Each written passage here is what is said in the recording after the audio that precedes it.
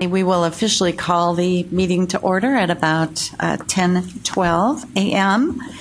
We'd like to go around the room and do introductions for both the people that are here in person and those guests that we have with us over the phone. So we will go ahead and we can start down here with Bill. Hi, I'm Bill Robertson, host for Academic Technologies at the University of Texas at El Paso. Good morning, Jerry Cifuentes, Laredo Community College, Distance Learning Director. Good morning, I'm Patrick Plush, Associate Vice Provost of Learning Enhancement at the University of North Texas. Good morning, Sunday Bolsale, Associate Vice Provost at the UT San Antonio. Pam Morgan, Director of the Center for Continuing Professional and Distance Education, Midwestern State University. Good morning, Michelle Duran, Director of Distance Learning and Instructional Technology for Texas A&M University, Kingsville. I'm Pam Quinn, Provost for the LaCroix Center for the Dallas County Community College District. Good morning, I'm Amy Burchett, Vice President, Academic and Student Affairs at Howard College. Good morning, Bill Angrove, Associate Vice President for Distance Education, Sam Houston State University. Good morning. I'm Remy Ademola, Director of Academic Technologies at Texas Southern University. Good morning. I'm Daniel Spencer, Associate Vice President for Academic Outreach and Extended Programs at Temple College. James Golan.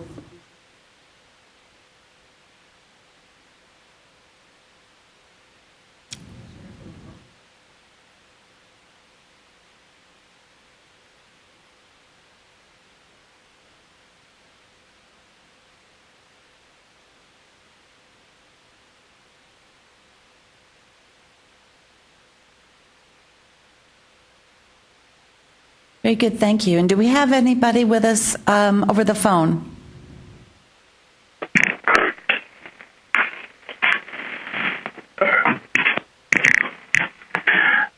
This is Justin Louder at Texas Tech University. Very good, thank you, Justin. We're going to just take a few minutes to take a look at the minutes themselves, and we'll have to wait till we get another person for approval, but give you several minutes now just to look over the meeting summary from our last meeting in February.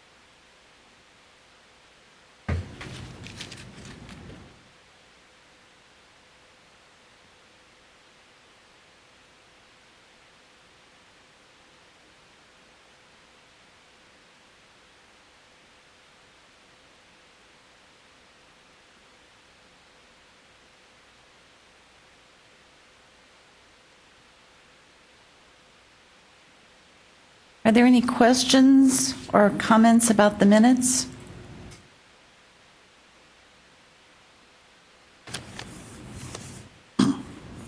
If not, we'll move on and come back and approve that when the next person arrives.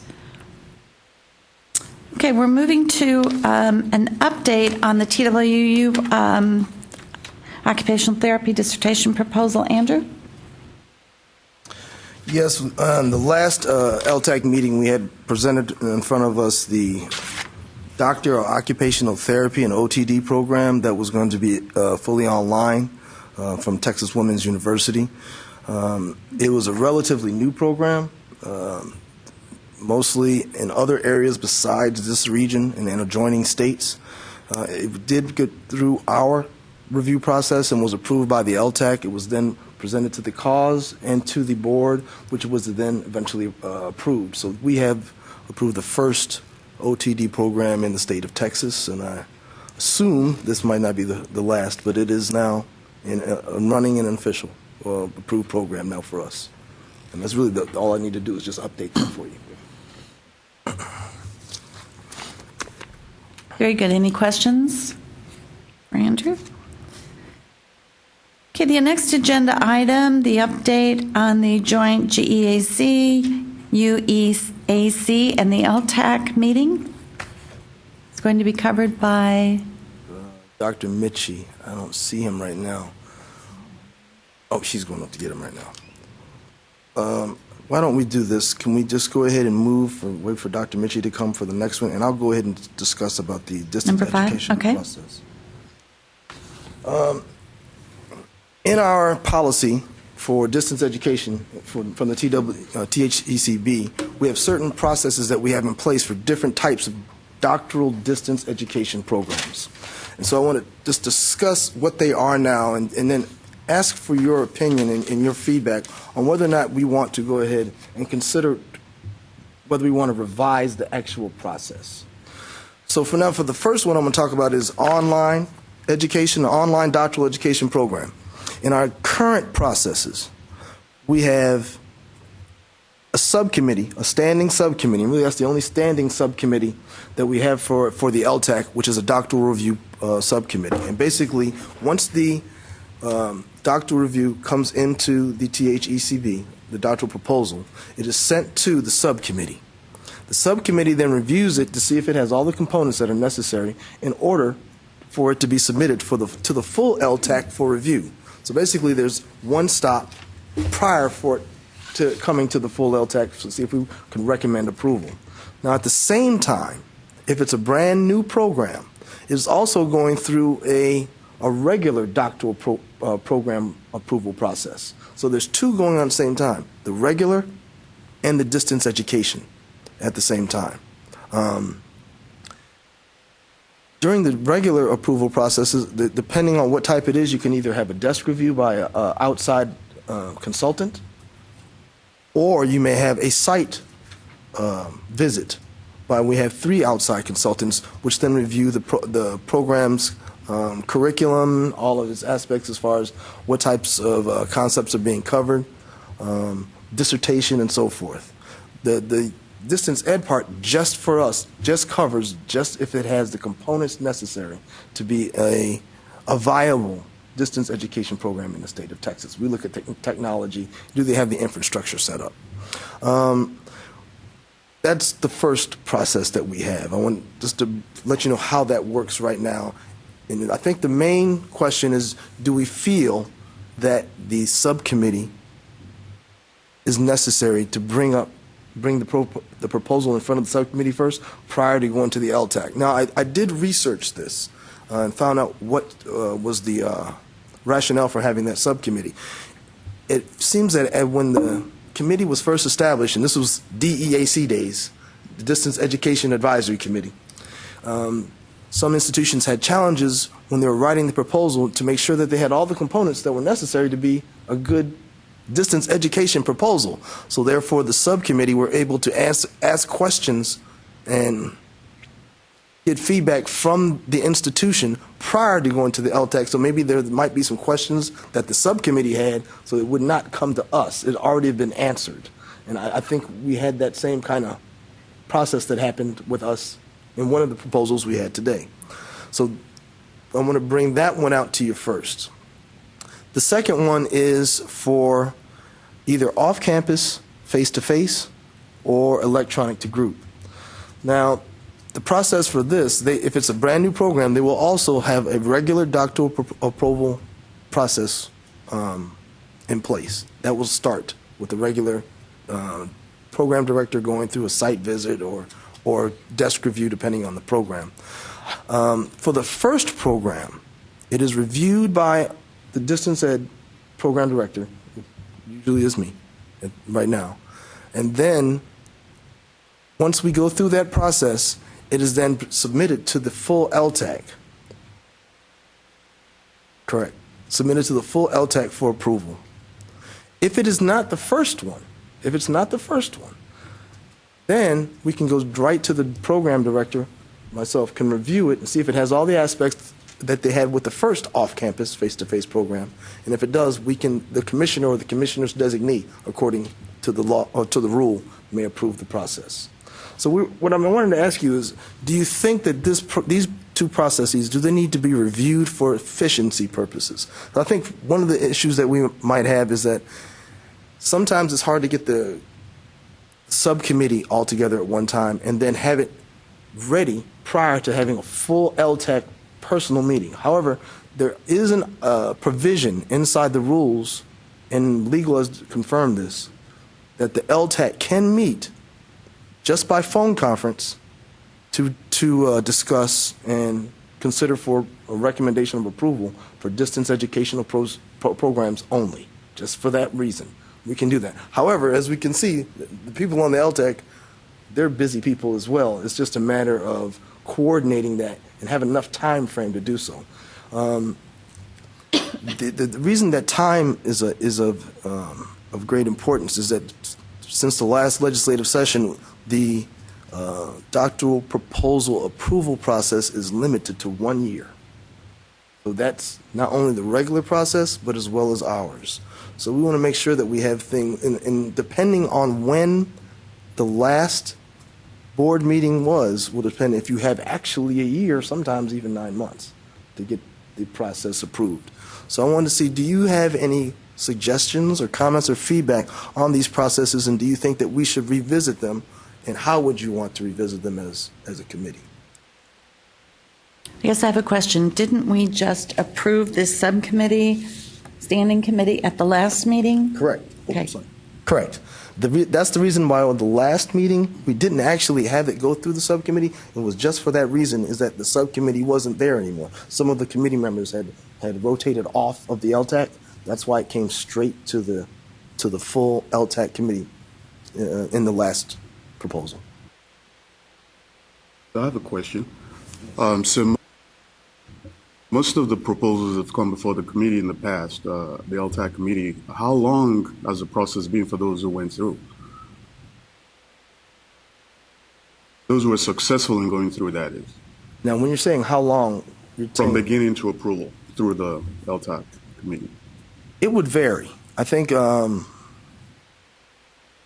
depending on when the proposal was submitted and when the actual, and this is for a new program, and when it's possible to get either a site committee of consultants, outside consultants, or a desk review, will determine when it will be able to be submitted to either the next Committee on Academic and Workforce Success and then board meeting.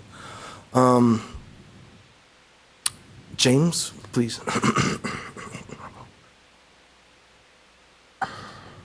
So we do a fair amount of tracking of these, and in particular, since the legislature gave us this time limit, we started examining the recent past. And for these new doctoral proposals that are also offered online, the trend line would be usually at least 9 months and up to 15 months. So almost all of them would be handled within that time frame. Some of them slightly longer than a year, and that's what we're bumping up against now. We can't go over a year now. So it's actually not that much longer than a year, but sometimes because of the board meeting cycle, having that extra 3 months really helped us out. Thank you. I can address how the proposal or the process worked for these last two proposals. It came before the subcommittee in May, and we were able to discuss them both at length, send back questions we had regarding one proposal, get the answers to then present to the full committee. And here we are just a month later. So I thought the process worked really well for the subcommittee.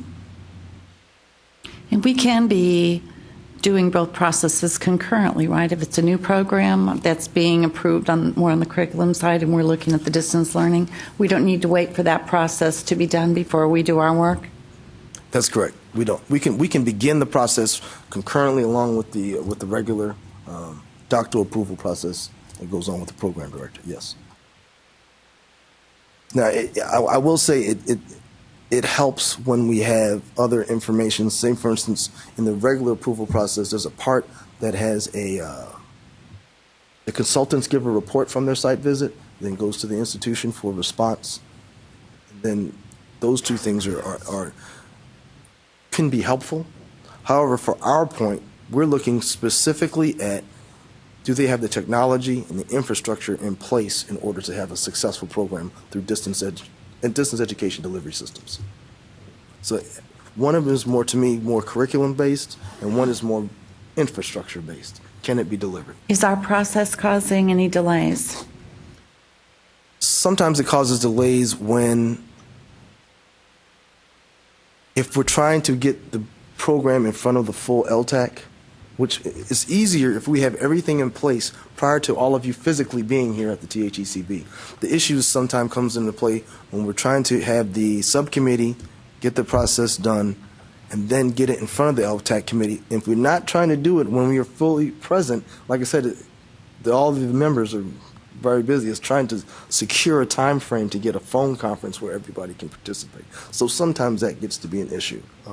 But it depends on how the committee sees the process going and what you decide as far as whether there should be some revisions. My thought was that for the subcommittee, especially for distance education programs, I mean, there's two, obviously, programs we look at, right? One is when doing distance ed, and the other one the subcommittee looks at is when it's face-to-face off-campus.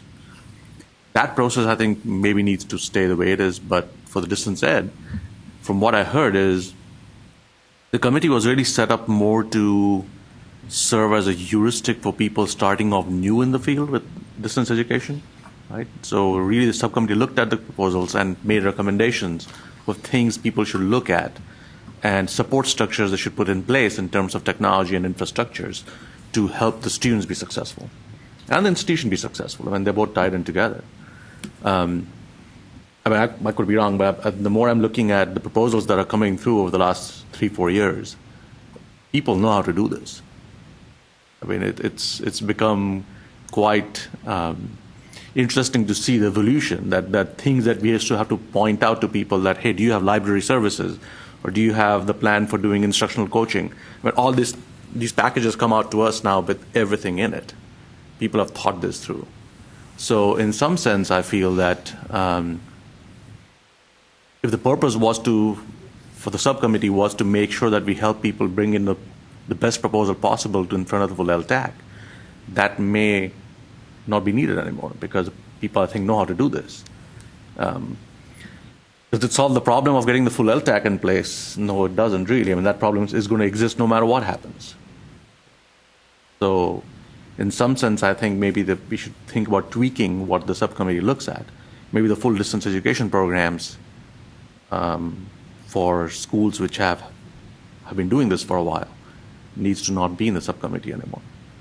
And we leave the face-to-face off-campus still being looked at in some form or fashion. But again, I do think people kind of know what they're doing now. And the point of our group is really to make sure that we serve the students and the state of Texas. Then I think let's look at it from what makes sense.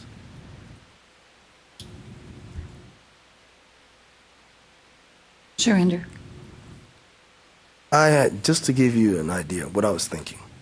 And we have something like this. Remember when the institutional plans for distance education, when an institution had to put out a plan for the first time, they had to put out these institutional plans, but after that they didn't.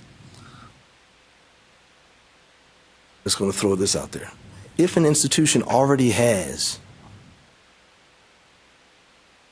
a distance education online program at a doctoral level, and now I'm going to need your input. I'm just giving an idea. If they already have this kind of program in place in a specific field, and the field is similar to what they're proposing, could we then bypass the subcommittee since they've already shown that they're able to successfully implement a distance education program in that certain discipline? So then we could bypass that and then just send it directly to the LTAC for your comments prior to the actual meeting. Pam, do you have any comments? Because you served on this last subcommittee.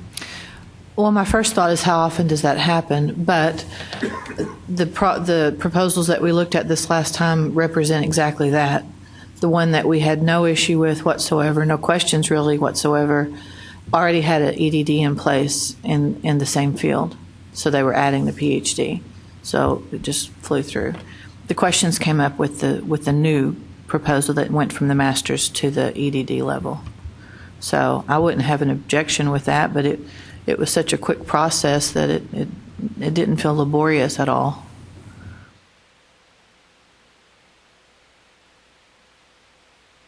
Other comments from the university people? If you don't mind, I might like to remind you that we might want to have a certain length of time that they've had this similar program. So, for instance, any new doctoral program has a 5-year review period where they report to us. We make sure they have strong enrollments and good graduation numbers. So I might like to suggest that if you're considering this, which sounds like a great idea, that whatever similar program they have in place has successfully gone through that initial 5-year review period so that we know, in fact, it is a strong, successful distance education program. You stole my chance to sound intelligent. That's exactly what it is. Sorry about that. The only question I would have, though, that this is at the doctoral level, and technology is changing. And in reality, online is still relatively new, and I think we're still learning how to improve. Even if you've successfully achieved something at this level, if technology changes or new research has been done to show a better way to develop learning communities or something like that, there could be significant changes that are occurring that might not be implemented if you've gotten the approval at this level, and in 5 years saying you're going to do the same thing. I don't know. A lot of things are still changing in this field, in the delivery and in the technology. Yes, but I think they'll continue changing. I mean that's fact of life, really, in some sense. But from the pure strategic perspective, people are getting better at what they do, and I think in some sense, if you've been doing it for a while, then the programs which are the most successful, as I'm sure that you'll notice, are the ones who have new things they add to any new program they come in anyway. So, in some sense, I like that idea of looking at colleges, for example. We say, okay, school X has offered a degree, EDD or PhD in the College of Ed, in Ed Psych for 5 years, and they've had reasonably successful graduates. They've had a decent number of people coming into the program and exiting the program, and they meet all the program requirements.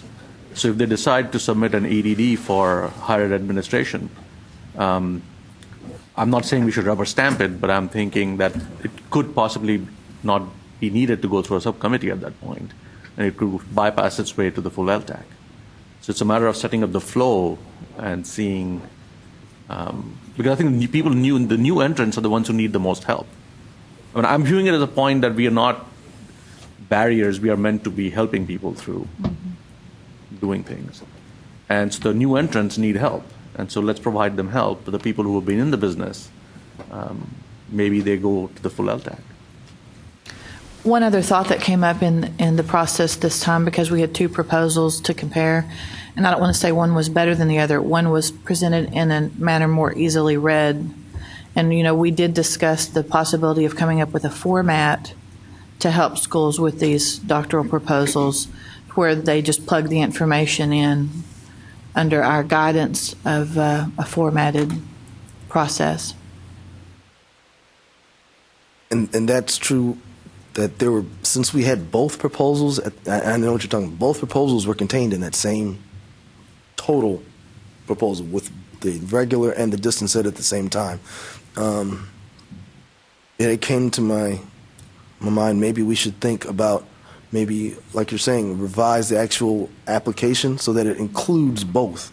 There's certain parts that are just for the regular proposal, and then there's another part for that distance ed that is complete. It's much more specific as far as infrastructure and technology is concerned. How to reorganize, maybe a good way to say it, reorganize the application so that it might take into both and account both for distance ed is something that we can look at. We can definitely look at that part. Andrew, I wanted to raise a question, maybe a concern. Is there a risk that if we defer subcommittee for certain proposals, it may actually increase the time to get them through approval? Because if we just go on, they have experience at this, and then we get it here, and there are lots of questions, then they'll have to go off, address those, and come back to the committee. So it could actually have the opposite effect we intended to. It could create a lag. It also could balloon the length of these meetings if we are viewing them for the first time here, and there are lots of questions that we could go to 3 o'clock some days. So I just wanted to raise that possibility for discussion. No, it's, to some extent, I think the idea of some of that could be resolved by having these phone meetings. I mean, we do have a provision to do a phone meeting for approval of programs. Correct, Andrew? For a full meeting? For a phone, we can meet yes, a phone. Yes, we can do it. We can do a phone conference meeting. Correct. In some sense, that phone conversation idea could help move this forward. I mean, I get your point. I mean, it's a very nuanced way of looking at things. So, yeah. But to Patrick's point, I will say the subcommittee went back and forth 3 times in a month. That was a lot of discussion and only trying to get 3 people together as opposed to the entire committee. Or at least a quorum.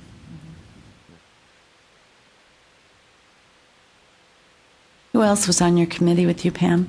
Patsy and Patsy Lemaster and Todd Leach.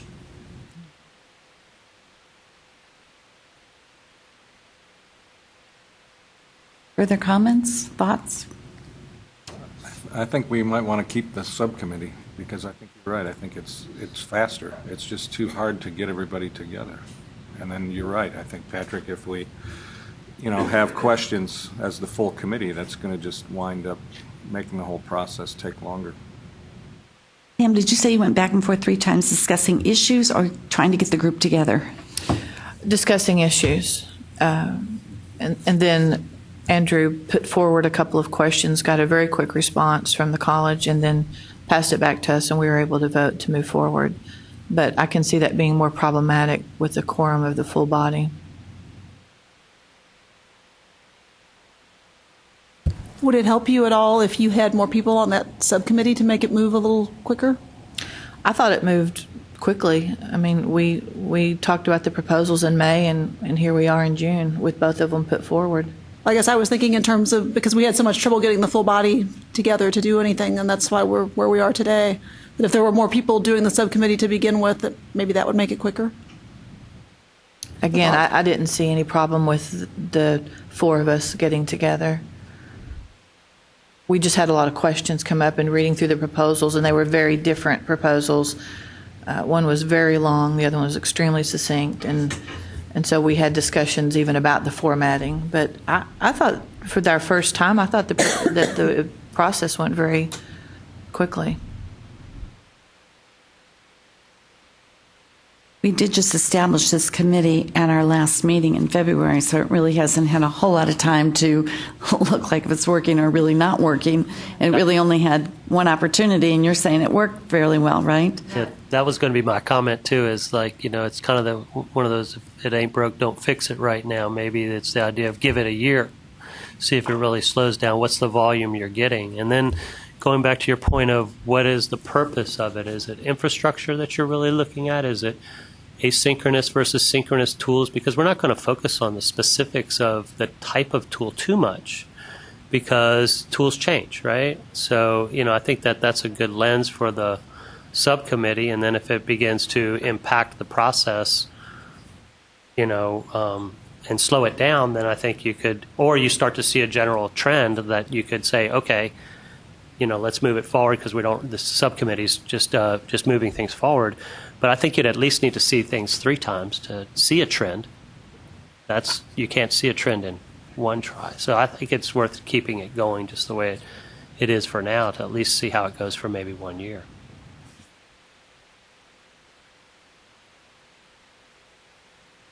Well, do we need to make a motion? I mean, this was put into effect at the last meeting, so do we just go ahead and allow it to continue without making a motion on it?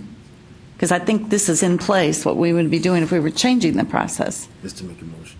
Yeah, but if there's, Well, if there are motion, we ought to call it now, and if not, we just continue as is for, well, until at least until the next meeting, and we can have an update and see how the process went. Okay. I think, though, that we want to make it clear that those people serving on the subcommittee need to be very prompt and make this a priority, getting it moved forward. And then if there is an issue with timing, we would need to use the phone bridge, phone conference call process and move it forward so that we aren't delaying those institutions trying to make plans. Further comments? Just one other thing, that if it does turn out that sometimes the people on the subcommittee can't act fast enough, maybe they're busy at their own campuses, we could also consider having different groups of 3 or 4 people, different subcommittees. You know, perhaps these 3 fellows here, they're reviewing one proposal, and then these 3 ladies here reviewing a second proposal that could be going on in parallel, and that way the group doesn't get overwhelmed, all reviewing all the proposals themselves. Was there a time problem, Andrew? For this one, for one proposal, it was coming down. The cause meeting is Wednesday. That's why we want to, like, I don't want to be in that kind of situation. But weren't we waiting on this meeting? We tried to do the phone conference, but like I said, sometimes it's hard to get everyone, Right. a quorum together on a phone conference. I mean, the subcommittee came together quickly. We came together pretty quickly. And on my vacation. On your vacation, that's right. So that came together all right. I think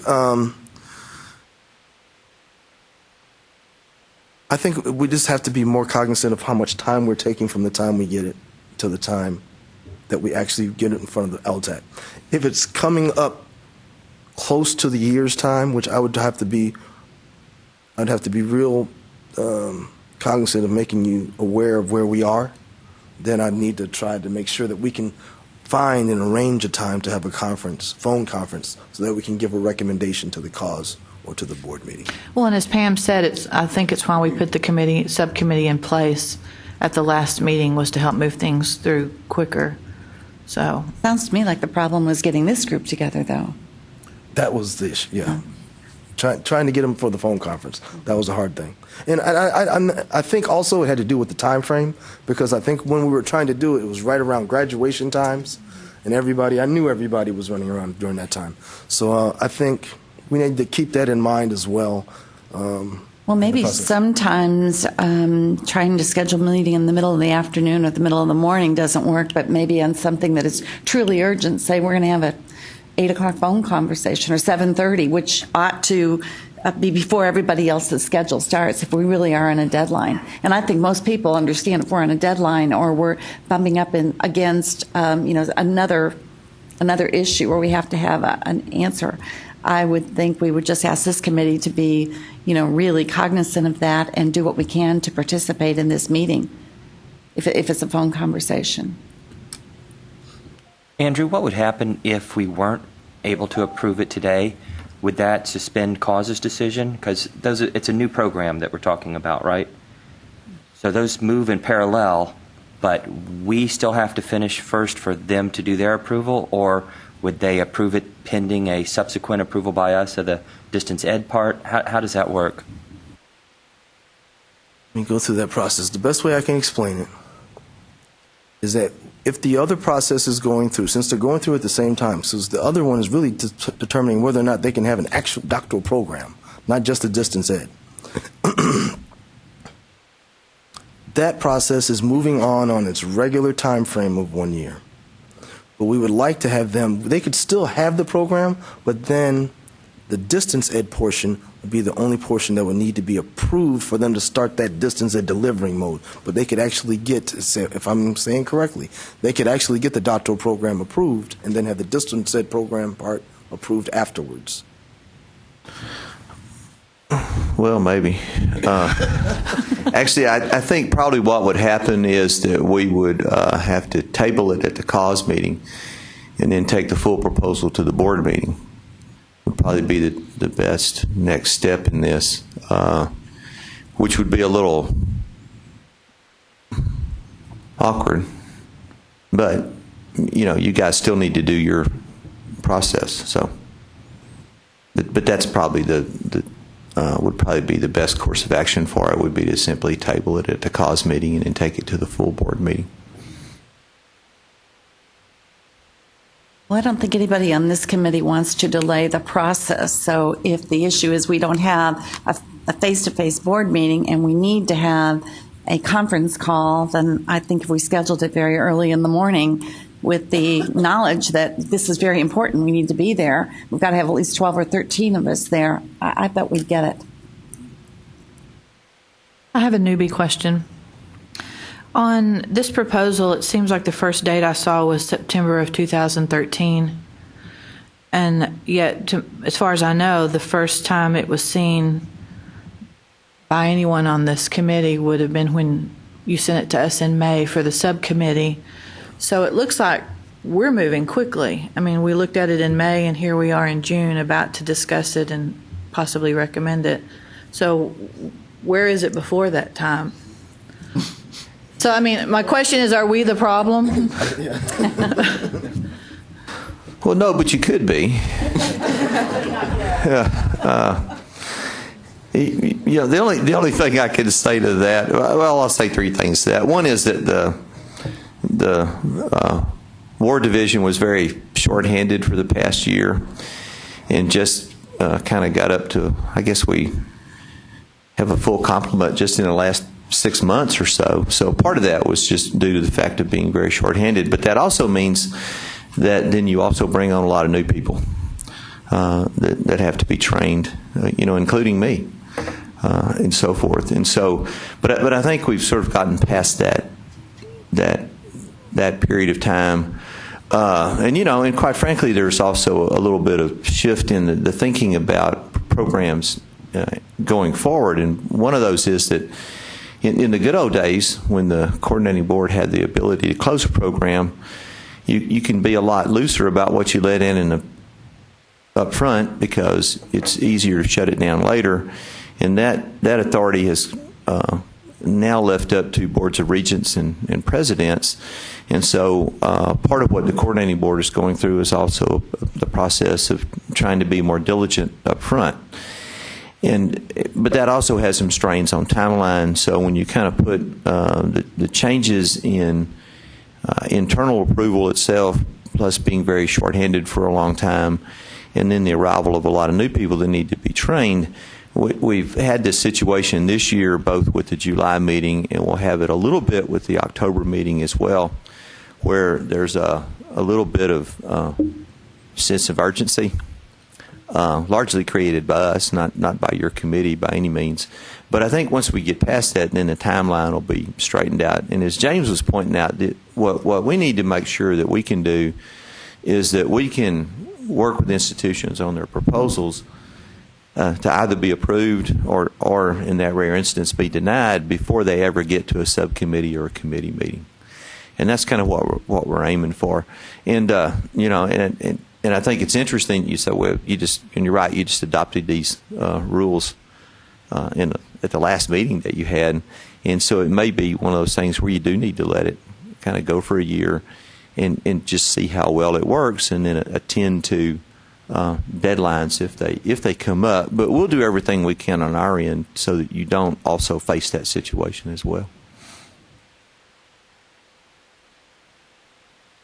Well, it does sound like the issue was not so much the subcommittee, but the convening of this group, and the fact that Andrew did try to find a time for a conference call, and he couldn't get a quorum, so we had to wait till this meeting, which pushed it a little further. So perhaps it is the issue that if you feel an urgency to call a conference call, that we all really try to make it an effort to get there. Does that sound reasonable? So do we need any kind of motion on this, or? I don't believe so, no, because we're not really changing anything. Everything is staying the same. We'll just monitor the process, and we'll keep the committee informed and see how things are going from this point forward. I would just like to make a recommendation that as the committee is activated, they look at the formatting in with some of these things we've discussed, and maybe at each meeting come back and make a report on how the process went, what recommendations they maybe see moving forward, so that at the end of that year we would have a record of things that have gone well, things that may need to be changed, and give us some direction to move forward. And with the communication of the urgency and the timeline from the coordinating board standpoint, I think you're right. I think we would be called to, rise to the occasion to meet when we needed to meet those deadlines. And I think Andrew can communicate that. Would you recommend that report coming from the subcommittee at the time they were giving the report on the other findings? Either that or a separate agenda item, just to discuss that, at the next upcoming throughout the year, so we can kind of just keep a running recommendation or what the process is like. And that way, by the end of the year, we might have something to work on as far as a recommendation to move forward. I refer that back to Pam again. Do you think that would work? Or? Yes, I think so. I can wing it right now and say the subcommittee was awesome, if that's sufficient. Do you want to just talk a little bit about how the process works so that if someone else comes on to the subcommittee, they know what you did? Sure. Andrew sent the proposals to the subcommittee, and there's 3 of us, and then plus him, and gave us a week or so to read the proposals, and then sent out a request for a conference call, and we all responded back. And even though I was on vacation, I was able to call in, and so that the 3 of us could discuss it. And we found we talked for a little under 2 hours and went through both proposals, had some questions on one. Andrew volunteered to put our questions forward back to the college representative, had a turnaround that was within a week, so it was very quick, sent it back to the committee, and then we all responded via email on how we felt about the answers and what to do as going forward. And we recommended that both proposals be brought to the full LTAC committee. I don't think it could have worked any better. But you are saying it took at least 2 hours to discuss the proposals the first time? Yeah, the 4 of us were on the phone for 2 hours, so I can't imagine with a larger body how much more time that would have taken. If I could add, I think the reason why it took that amount of time was that we actually look at each component of of those proposals, what they already say they have in place, and I think that's as what Sune was saying, is that some of them know already what they're supposed to have inside the proposals, and you could tell, they were already there. And I think one part of it also for us was it was just the way that the proposal was submitted. The full proposal was put on at the beginning of the submission, and just the distance ed was at the end. And I think that's where we got a little bit sidetracked on that one. But then once we figured that out, where everything was, then it went rather smoothly and quickly. And that's really where the idea of coming up with a standard proposal process came from, because as someone said, we're here to help the university through the process, and we had thought a standardized proposal not only helps the subcommittee or the committee go straight to an area to read and look for what they have a question on, but it would also help the university with the material that they're putting forward. No, I agree. I think that we might, and I'm just not sure which way to do this, through the subcommittee to look at maybe how we're presenting or how we're requesting the information from the institution, or should we bring that in front of the entire LTAC to see whether we want to look at maybe revising how the actual application process is considered. Did you say start there? I think it should start with the subcommittee, because it just seems like a good idea to put forward things to discuss as opposed to starting from scratch with such a large body. But even if with the subcommittee, if we can make recommendations then still put it in front of the entire LTAC for final approval and recommendation of the process. Yes. Okay. I'll say I can make a recommendation that we go ahead with that idea. You won't be in charge. I will go ahead with that idea, and then we can look at the forms, and I can send to the subcommittee what we do so far, and then we can start looking at maybe how we can combine them. Okay, very good. Good discussion. We do have a quorum now, so we'll just go back and look at the minutes. Do we have a motion to approve? Been moved? Did I hear a second? And seconded? It's been moved and seconded to approve the minutes from the February 25th, 2014 meeting. All in favor, aye? Aye. Any opposed, nay? Minutes approved. Okay, now we can move on to the 6. Number 4. Yes. Okay, we have our guest speaker here talking about the update on the GEAC, UEAC, and the LTAC meeting. Thank you, Alan. Thank you very much. You might remember me. I spoke to this group on your February 21st meeting to bring up the idea of having occasional joint meetings between the different advisory councils here for the coordinating board. We thought perhaps every other year or so it might be a nice idea to mix it up and have LTAC meet with UEAC, UEAC meet with GEAC, GEAC meet with LTAC. So we proposed the idea of having a joint meeting between this committee and the Graduate Education Advisory Board, GEAC. I flew the idea by them at their last meeting, and they were very receptive to the idea and liked the idea very much. Also, I spoke with the UEAC committee meeting, Undergraduate Education Advisory Committee, when they had their last meeting, and they were also receptive to the idea, although they didn't quite want to make it a quorum-based meeting for them, since half of their committee, of course, is made up of representatives from two-year institutions. And those who come from two-year institutions really don't have much overlap with what goes on with graduate education. But for those in UEAC who are particularly interested in issues relating to learning technology, we of course invited them to come along, and many of them expressed some interest. So I just wanted to give you an update that things are looking promising for that meeting, and all things seem to be going ahead. There are several different issues that we could talk about. Alternatives to the dissertation and dissertation publishing. These are just ideas that have come up in conversations with members of LTAC and GEAC and people here at the coordinating board. Best practices, centers of innovation, learning objects repository, quality metrics, professional development opportunities for faculty making the transition to distance education. Competency-based education at the graduate level, of course, MOOCs, opportunities for live advising, online advising of dissertations, the implications of learning technology for teaching assistants, discussion sections, laboratory assistants, and some of the procedural issues where LTAC and GEAC overlap, such as the standards for online graduate programs and what you were just talking about, the procedure for the approval of new graduate programs that are distance education. So these are the kinds of things that we were thinking of discussing, and I welcome your contributions of ideas to the meeting as well. If you could forward those to Andrew, he'll be sure to forward them to me, and we'll put those together as an agenda. We'll be in touch soon with the leadership of both LTAC and GEAC, and a conference call, most likely, to work out an agenda and to work out some of the particular topics and the particular speakers who'll be talking about them. We're aiming for an August or September meeting, if that sounds good to everybody. Are there any questions or ideas for the meeting that you'd like to contribute now? Feedback from the group?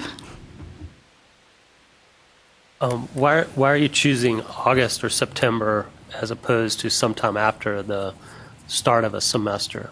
Is that a strategic reason? Not particularly. It was just a meeting it was just an idea that came up, I believe, here at LTAC when we last talked about it in February.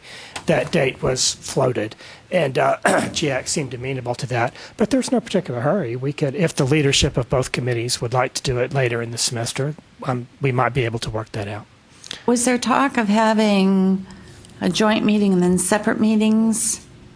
So we're doing it all in one day, maybe a longer day? There has been talk of that, and I think that's probably the way it would go. Logistically, because of this room being necessary for the meetings to be broadcast on the web, it creates some complications, but that's kind of what we were looking at. One group could have their meeting in the morning, then we'd have a joint meeting over lunch, and then the second group would have their meeting.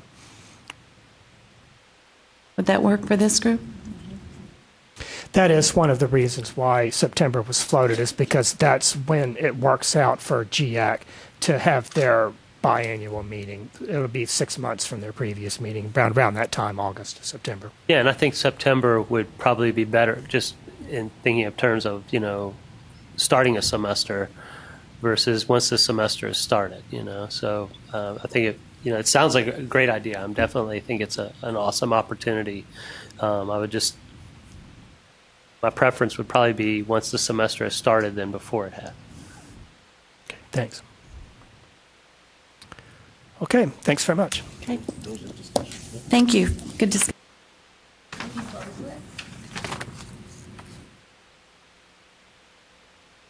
Okay, I think we can move to item number 6 now, and that is the discussion on the proposed Distance Edge Doctor of Philosophy program in Educational Leadership at Texas Tech University that will be offered online. And I think I can pass that now to Pam, who is head of the subcommittee. Yes, also Patsy emailed in to say how well she thought the subcommittee worked together, so I said I would pass that on. Just as an introduction, as you said, this is an online program. It's a PhD in educational leadership coming out of the Department of Educational Psychology and Leadership. They already have an EDD in place. I did not see in the proposal how long it has been in place since that question was raised, but this is not taking its place. They plan to offer both degrees in moving forward. It is a 60-hour program plus dissertation, and the goal is to have a ratio of 1 to 10 to 15. They're encouraging students to come to campus not only for the proposal but the dissertation defense. If they cannot come to campus, they will make accommodations with them through technology of Skype, ITV conference calls. The committee had no reservations in recommending this proposal to the full committee, and I believe that we have some representatives from Tech online on the telephone, in fact 2 or 3, if there are any questions. Are the representatives from Texas Tech available for questions right now? Yes, we're here. Oh, I think we're still muted on you. Unmute. Is that Justin speaking? Yes, sorry, Pam. Justin, I'm here, and I've got Dr. Fred Hartmeister and Dr. Robin Locke from College of Education. We've got Suzanne Tapp from our Teaching and Learning Technology Center, and then Melanie Hart, Gary Elbow, Catherine Parsnell, and myself from the Provost Office. Good morning, everyone. Morning. Good morning. Good morning. Do you want to give any quick introductory remarks, and then we can ask questions? Sure. I will ask the College of Education reps if they want to give a quick overview. We're willing to answer any questions. I didn't come prepared for any opening remarks, but so I don't have any prepared, and I'm usually not very good at extemporaneous, off-the-cuff kinds of comments. But I have been at Texas Tech for 21 years, and I do know that our EDD program has been in place prior to my arrival, so it dates back at least a couple decades. Can you make just a brief comparison between the two? Well, our current EDD program, for the last 3 years, we have been partners in the Carnegie Project on the Education Doctorate. I don't know if any or all of you are familiar with that, but we are in the second phase as members, and both our higher ed program and our Ed Leadership K-12 School Administrator program with the EDDs have gone in that direction. I think we're seeing great success with that, and it is school administrator focused, based, trying to solve real problems of practice. At this point, I think 100% of our students in that program are all Texas school administrators. They have to have school administrative experience to be eligible to be admitted into the program. The goal with proposing the PhD is to take a much different research and policy focus with that you've been able to see, we hope, reflected in the proposal that was submitted. we are eager to hang on to both programs because we think they will serve both administrators via the current EDD program, but also a new generation of researchers and policy folks and professors or prospective aspiring professors someday who will be better served having the PhD with a much greater emphasis on both in their research preparation and the nature of the dissertations that they will write, and we hope successfully defend. I can go on and on now that I've started, but in our EDD program, which is the only one we have in place right now, as you well know, in the last 3 years we've graduated. In calendar year 2011, we graduated 9 students, all of whom were students served at a distance, probably half to 2/3 of them in the Marble Falls, Fredericksburg, Texas Hill Country area via our EDD. In 2012, we had 15 successful EDD graduates, again with about half coming from outside of the Lubbock or immediate Lubbock vicinity. So we've been using distance technology successfully and have a track record to support that. In 2013, the most recent calendar year, we had 12 graduates from our EDD. One of those was a full-time student. All the other numbers that I've just mentioned over the last 3 years were part-time students, school administrators, some folks working in regional service centers, really across West Texas and Central Texas.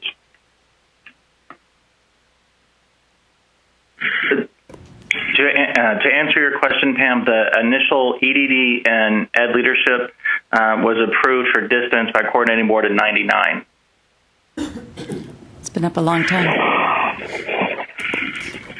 Pam, from the subcommittee, the issues that you had concerns about have been addressed? We had no issues with tech. In fact, their proposal is the one that made us think about a standardized proposal because it was so easy to read, find the information, and move through relatively quickly. So, good job. Are there other questions that the committee has? I just had a quick question about your training, and it's showing that the training for the faculty, they have the opportunity for training in online delivery methods through the Teaching, Learning, and Professional Development Center. I noticed the other proposal had mandatory training. Does Tech not require the faculty to go through any training for course development and delivery? No, we don't require any training at this point. We do have a number of resources both outside the College of Education and inside the College of Education to provide training for faculty, including in the College of Ed Department of Educational Design and Instructional Technology, that their faculty are working with College of Ed faculty on course redesign. We have central support through the TLPDC, and then we have a new unit that was approved by the president in April that is going to hire additional staff to help with professional development for faculty as we move forward and grow programs. So there's adequate opportunities for faculty, but they are not required of faculty at this point. So much of the mantra anymore, though, is students don't do optional. I just wonder how much faculty do when it's all optional. Do most of your faculty already teach online because of the EDD program? Yes, they do, and have been for a period of time. So maybe that's why it isn't mandatory. They're already doing it. In our case, I can't speak for the university as a whole, but I think in the College of Education, you would see faculty taking great advantage of what is offered on an optional basis. Many of our new faculty come in from other research-type institutions with a lot of experience already. From an administrative standpoint, I don't know that making it mandatory that we would accomplish much because I think we're already with a few exceptions, perhaps myself, we are already pretty tech savvy and distance delivery savvy. And in education leadership, most of the school administrators with whom we're working, they're they're up to speed as well in terms of their receptiveness to distance learning opportunities, perhaps even more so with our rural and some of our suburban folks, and that's maybe not the vast majority, but certainly a sizable portion of our doctoral student database right now in the EDD. I don't think that will change any with the PhD. This is Bill Robertson from the University of Texas at El Paso. I just had a quick question on how then do you qualify your faculty to teach online? Well, among other things, of what I'm aware, every term in which they teach a distance-delivered class, or at least once a year, I'm not quite sure of how frequently it is every term, we do the Principles of Good Practice certification. And as a current department chair, that's something that I meet annually with as part of the annual review process, talking with our faculty, reviewing syllabi. So, I mean, we're not monitoring it perhaps with a fine-tooth comb, but we are paying attention to that, as well as looking at and weighing into things like merit pay, the student-generated course evaluations for our distance-delivered courses. Our biggest challenge there is getting a high response rate from those students who take a distance course and are given the opportunity over a several-week period to respond, and unfortunately, we don't get as many as we would like. But we do gain some valuable sense of how things are going. Do you make a distinction between returning faculty members who've taught online and those who, say, have never taught online, or you mentioned those new to your institution? Is there sort of a standard beginning for faculty maybe who want to walk across this pedagogical bridge to teach fully online from a support standpoint? Again, I can't speak for the college as a whole, but at least with the departments that I have the most familiarity with, I don't think we've ever just thrown someone into the distance delivery abyss or to the wolves. If they were disinclined to do that, we did have, for example, one new faculty member who joined us in the fall from another institution with 3 years of professorial experience, and he chose in the fall to not teach a distance-delivered class in our higher ed program. And that was fine. We have enough other face-to-face opportunities for him. But in the meantime, between September when he arrived, or late August, and January, before he did start teaching a distance-delivered class, he took advantage of several training and workshop opportunities, as well as sitting in with other faculty. So I think as part of our mentoring of new faculty, we're trying to take that into account, but it's more on a case-by-case or as-needed basis. I just have a question about Quality Matters. On page 14 of the proposal, it says one place that you weren't sure if Quality Matters would be in place by the time this proposal was approved, and then the next line it said, all courses in the program will be peer-reviewed through Quality Matters by a trained internal assessor. Where does that stand? Well, when the first or second or third draft of the proposal, before it ever got down to Austin, was in place, at one point we had 100% of our educational leadership faculty having gone through the Quality Matters training. In the meantime, and so, that was 2.5, 3 years ago. We probably should have clarified that in the proposal, and I apologize for not having caught that. But in the meantime, we've gone through some curricular reform and are not as dependent right now in 2014 on Quality Matters. We still have some faculty that are heavily invested in that. In terms of the educational leadership program, I can't say that would be the case necessarily. So, Pam, this is Justin. We actually have developed an internal rubric utilizing Quality Matters and Sloan C and Chico and others to have our own internal rubric. And we are about to start doing a campus-wide review of programs using the Sloan C quality scorecard. So that area of the proposal probably should have been modified as Dr. Hartmeister mentioned, just because we are no longer using QM at Tech because we developed our internal, and we're going to use the Sloan C scorecard.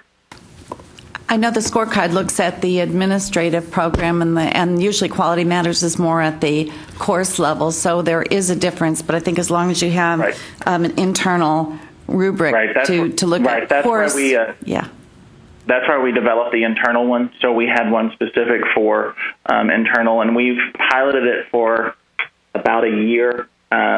So probably when this proposal was getting finished up and submitted last September or so, we were starting to pilot with the new internal rubric. Okay. And if members of the committee would like to see that, we can make that available. Justin, this is Patrick Plush. I had just a question about your internal rubric because we've looked at doing some of that as well. Does it address only structure, or does it also address content? When I say content, discipline-specific content. This is Suzanne Tapp from the Teaching, Learning, and Professional Development Center, and our center, with the input of faculty committee, was responsible for developing that rubric, and it does address course design and structural issues, as well as ADA compliance. It is not related to content. Thank you for that. We're approaching it the same way. Okay. Are there any other questions? We have a motion. I move for approval. Second. We have a motion and a second to approve Texas Tech's Educational Leadership PhD program in distance, offered through distance education.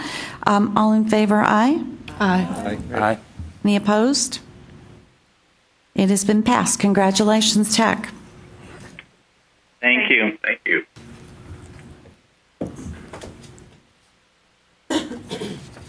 Okay, the next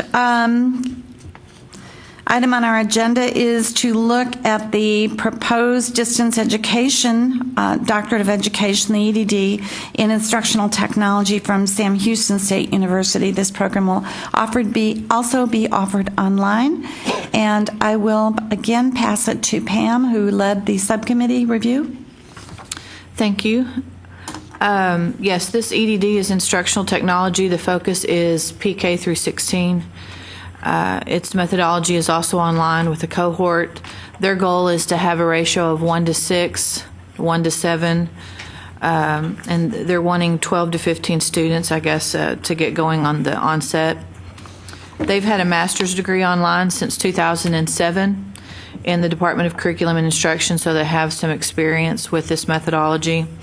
Questions that came up by the committee was we asked for clarification on what action research project meant versus dissertation, and they said it was just terminology, that action research project referred to Chapter 3 of the dissertation, and that the student would use that to lead to solution, and we were okay with that answer. The second question we had that we couldn't find was how the dissertation defense would be conducted, and again, they were going to use the methodology of Skype and Google Hangout, GoToMeet, etc., to make that happen. And so once we had that clarifying information, the committee felt good about recommending this proposal to LTAC. And then we have some representatives from Sam Houston with us. Very good. Welcome. Thank you. Thank you. Looks like Bill's wearing two hats today. Wearing two hats today. This is Dr. Marilyn Rice, who is the coordinator of the proposed program. Thank you for having me. And thank you for being so quick on getting back, clarifying the questions that the subcommittee had on your proposal. Absolutely. Do you have a brief comment that you want to just present to the board? Well, just very briefly, let me explain that this is a professional practice doctorate. It is a collaborative doctorate that is between two colleges. It's between the Computer Science Department in the College of Sciences and the Department of Curriculum Instruction in the College of Education. We have been doing the same model with this in the master's program for the last 7 years. The four main people that will be faculty in this program going forward have been teaching in this model in the master's program since 2007. We have a new faculty member who's come on the last couple of years, and he is quickly coming up to speed to become familiar with the courses, the approach to how we do this, and the online presentation. Questions from the committee? I did see, and I think Pam has already mentioned this, that training for faculty is mandatory. Yes. How is that received? Well, actually, I guess I really have to say the faculty that are teaching in here, we're pretty much already part of that process of saying how faculty should be trained, because we have all been teaching online before this process, before the masters even began. We were all in that whole process of getting courses online since 2002 anyway. So we were some of us were already kind of part of that development to get the College of Education courses online, not just the masters. I have a question, and I looked through this a couple times, and I'm sure it's here, but I just can't find it exactly. How will the courses be offered? I'm sorry? How will the courses be offered, the scheduling? We are going to do them in a cohort fashion, so the groups go through together. And I have a schedule, a sequencing. Is that what you'd like to see? And are these full semester courses? Do students, are you expecting them to take 2 courses together? Yes, they usually do 2 in the fall, 2 in the spring, and 3 in the summer. Okay, that's what we're anticipating. So are they full kind of 8-week courses, 16-week courses, or how? They are the 16-week 16-week courses, and then in the summer you're doing 8. It would be the 2 sessions. The 2 sessions, so you'd have one in June and one in July, or something like that. And how do they get 9 hours in the summer?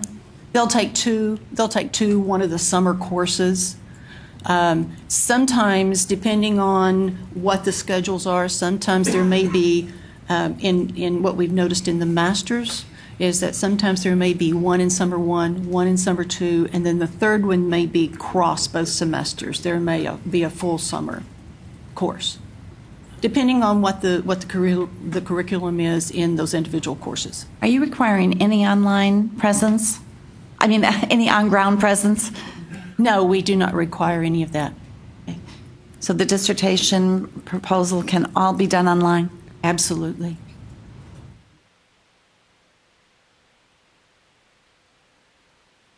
Other questions?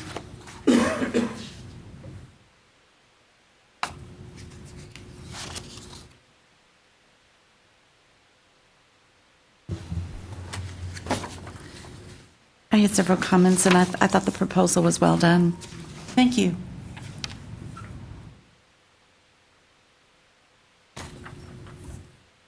Motion to approve?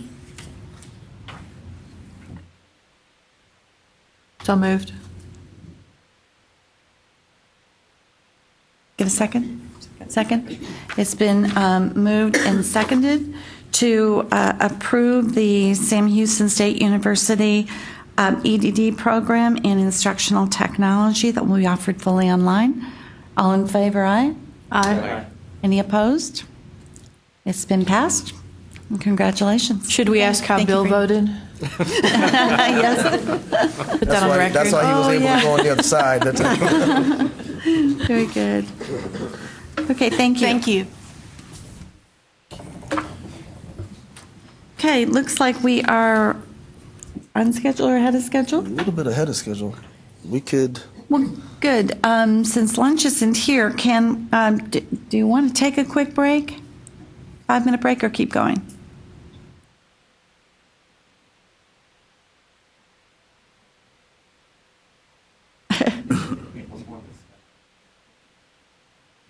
Okay, we can move on to item number 11 then, the update on the instructional survey. Institutional survey. I did my glasses on too. And I believe Patrick is leading that. Yeah, I'm pulling up the wiki now. How many of you were able to access the wiki and to see the survey questions? Actually, no, because I looked to see who had logged in, and some had logged in during the meeting, so that was cool too. Yeah. No, I just want to see how much I can lean on folks to already be familiar with it versus kind of going over it in total. So this is responding to an idea I had at the last meeting to gather some information from all of our distance learning leadership in public institutions in Texas, primarily for us to do a better job of what we do by seeing what others are doing and being able to network better, especially as we look at things like how do we best leverage open educational resources, how are folks dealing with authentication, especially as federal guidelines seem to intensify, how are we dealing with a related issue of online proctoring. And gathering that information. And so I put together about 22 questions. There's some others that have been suggested since I put that together. I floated it to a few people, some on Learning Technologies Advisory Committee, some outside. And then Andrew also took it to the Data Standards Committee. And are there representatives from that committee here by chance? Anybody that serves on it? No? So let me share what their recommendations were. Give me just a second to pull that up.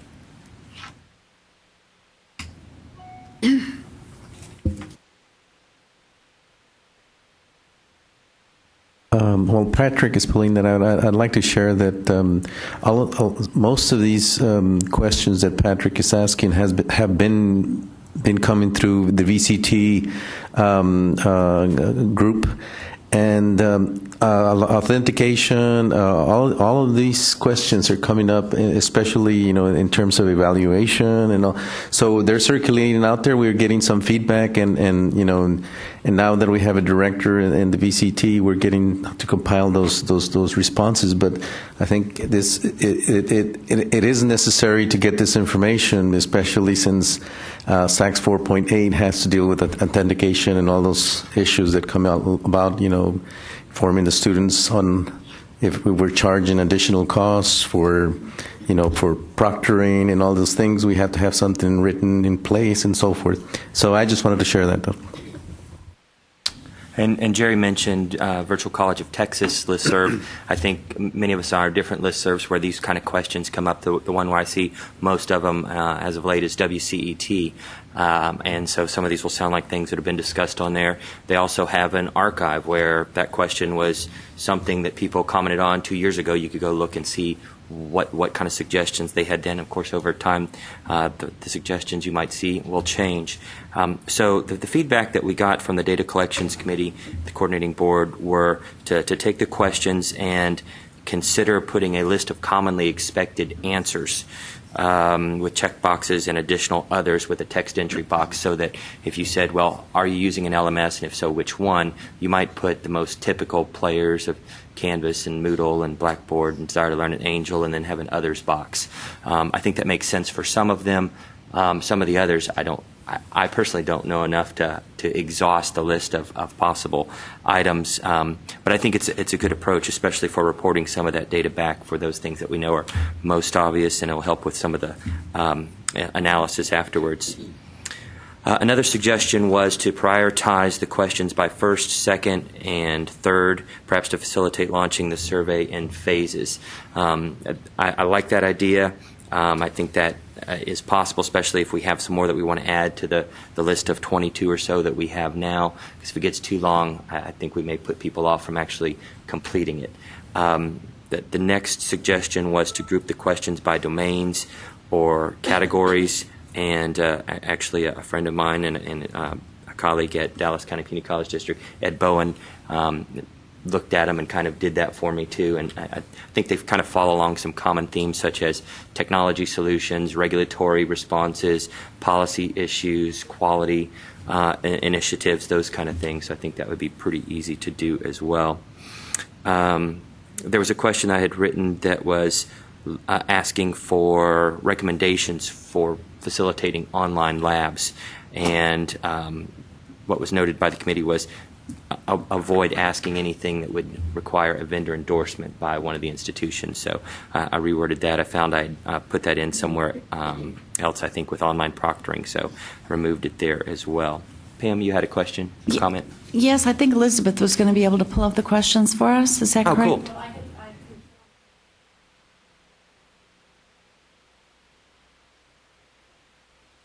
That would be fantastic. How about if we take a 5-minute break and let her do this, and then we'll come back and have it ready and take a look at it as Patrick goes through this? That would Good. be super. Thank you. Yeah, thanks.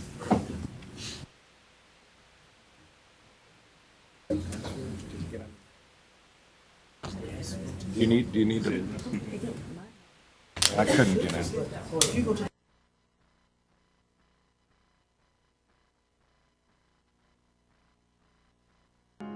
And see that. Do we have any folks that are on the phone at this point? Any of the committee members? Well, is there any participation on the phone line right now? Okay. So this was a list of recommendations from the data collection committee that I was reviewing with you before we had this up on the big screen, and I was on recommendation number 5, I believe.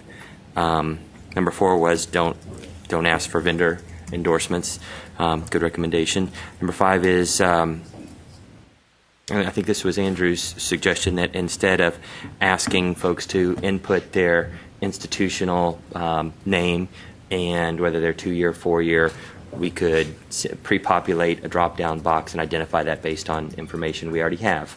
Number 6 was instead of trying to locate who the distance learning professional is that's completing this and sending the survey directly to them, have this go through the chief academic officers and ask them to identify that person and then capture that information within the survey itself. So they would put in, and not just their name, but also some contact information. So if we wanted to follow up with them directly, we could do that without having to try to go back through the CAO route. And then the last recommendation was about question 21, which was, are your tuition and fee structures different for online courses? There was an interest in seeing also if they were different for Texas residents and non-residents. And Jerry, I think you had added an additional part to that. If they are different, what is the cost difference between face-to-face and online? And I think we could capture those all in one place. Again, going back to our VCT or group, that's been going all over and we've gotten some responses, but they're not that many, But we do have some responses. And some of that will vary because there are certain fees that you can't charge to students if they are not coming on your campus at all. So if the differential is small between them, and then you discount or waive these fees that they can't pay because they're not going to be on your campus, your online learners may in fact be paying less than your face-to-face learners, unless they're taking one course on campus, which all those fees kick back in. So it's an interesting world, and I'm sure many of you have those same kind of circumstances.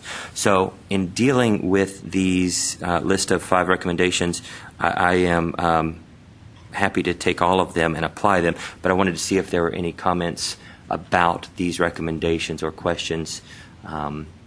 Anybody want to fine-tune them or other suggestions kind of for not the questions per se, but for the survey at large? I had a couple of things. First off, great job. Thank you. Fantastic. And resurrecting the wiki, I think, is a great way to kind of bring us all to see this. The one question I had sometimes is, and this is maybe something we've been dealing with at UTEP, is we have a ton of online courses and are growing our online programs. And I saw some things where you were, so we asked things about, specifically about, online classes, and I didn't know if we wanted to talk about, specific online programs at an institution. That was just something that, I know there's things in here about funding models and different things about them, but that would be something that I would think might be interesting. And I think more institutions are thinking about programs fully online than they are about courses, which was different 5 or 6 years ago, right? We were Correct. just all trying to get them online. But I think this is is fantastic. The other part was the question I had was, once you developed this, did you want to try? Were you planning to beta test it with us? To run it as when you run it, or like I don't know, were you going to do that on Qualtrics, or what was your next steps? I guess I have a license to use Qualtrics, and I could do that on behalf of the committee. And so I would love to beta test it with this group, and perhaps fine tune some of the questions if there's any confusion about them before we send it out to a larger community of practice for getting input in. So I'd very much appreciate it if folks would be willing to do that. To beta test it. One other thing I was thinking of, was it useful to ask questions about any public-private partnerships on campuses? I mean, it's something that I think everybody's looking at. So I think it's maybe useful to find out who's doing what in that. And can you describe more closely what type of public private partnerships? So the key is to see if they're using any private partners for doing recruitment in online programs. Are they using them to run online programs? There's a bunch of vendors out there who do the full life cycle management for students. So more and more every day. Yeah. And so are they using them? I don't know if you can ask them who they are, but if the publics, they have to report them anyway. So we'll get a much better handle on who all are using, what the engagement with private companies is to handle life cycle management for students, for delivering courses. Do they have a handshake with publishers to deliver full courses? I mean, I know some people are doing that. I think it's useful to see what's working. Do they have any agreements with coffee companies? Yeah, and kind of a follow-up on that, there are some institutions who had them but have moved away from them rather quickly, and I think that would be interesting to know, too. So I have put that in here. And I might want to just interject what the process is after this. And I think this is a good idea to get all this information and feedback right now from the entire committee. However, after this, once we refine these questions, where we want to have them after the committee's over, whatever process we use to do that, then I have to go back and take the survey with these finalized questions back to the data collection committee for their final approval before we can put anything out from the LTAC committee, in regards to the state. Even though it's not the THECB per se, but as an LTAC committee, it still needs to go back one more time. But we can run a test before we do that, right? Right. Can we circulate it within the committee to complete? Yes, we can. Yeah, okay. We could run the test and see how it functions and what kind of data you get, and I'll see the questions as they would appear in the survey, and then... And then isn't the demographic for this survey people like us at all the universities, not just IT folk? Correct. Okay. Correct. I think the end result will be something like the Babson survey that the Sloan puts out, right? That we'll have, but will be Texas focused. Okay. So. Patrick, and I don't know if I'm scanning, so I apologize for that. Is there anything on quality, like if they employ a quality standard or what they use? There is, or is that what? No, there's one that Jerry suggested. Yeah, I suggested something in terms of evaluation because we need to look at that as part of that. And another point that came to mind because of the questions that have been going on through the groupers on VCT on listserv, is online just online, or are we going to be looking at hybrids? What about hybrid? That's a different form of instructional, which is 50-50, and then we have video conferencing, and then we have those other ones. So they're all asking questions. How are we going to address that, and how are they being evaluated, and are hybrids being evaluated per se? So that's some of the questions that are coming forth. Are we evaluating hybrids? And I'm not going to answer that question. I guess we haven't. So I'll admit that, but we are moving there. That's for sure. How do you define hybrid? 50% online, 50%, and we see that is coming more and more into the colleges because it works better than online. So we've had better results in the hybrids than the full online. Do the colleges track? I mean, we track fully online. And then we track on ground. I don't know if we're tracking hybrids. Do most of the institutions I mean, so much is becoming hybrid, whether you intended it for it to become hybrid or not. Well, we track them for that report we send in, Andrew. Yes, we do. I would like to speak on this just for a moment. I might call you for just a second.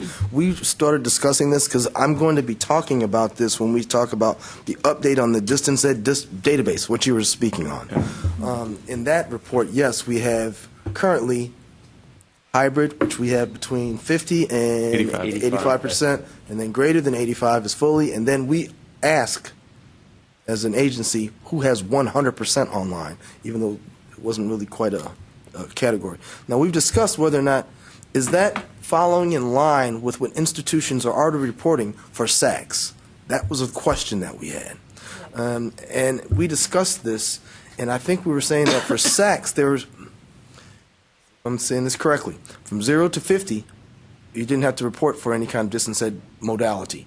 But from 50 and above is the online modality that's reported by the institution.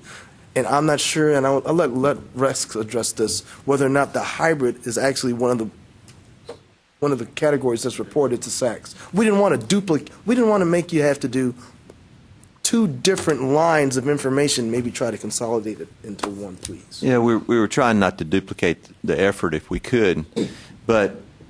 I mean, those of you that are familiar with the SACS reporting, then you know that it's traditionally been 0 to 24%, 25 to 49%, and then 50% or more.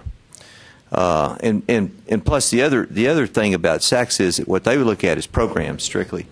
They don't look at courses, and so you could have you could have courses that are 100% online, or any percentage thereof. But as long as the program is still less than 50% online, then for SACS purposes it doesn't count as distance learning, because what they look at is programs.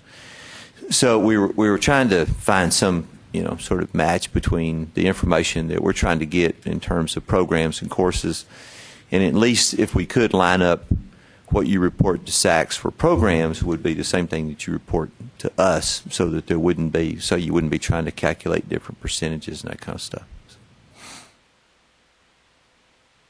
And that definition of hybrid, that's something that was changed based on a recommendation of this group about 4 or 5 years ago.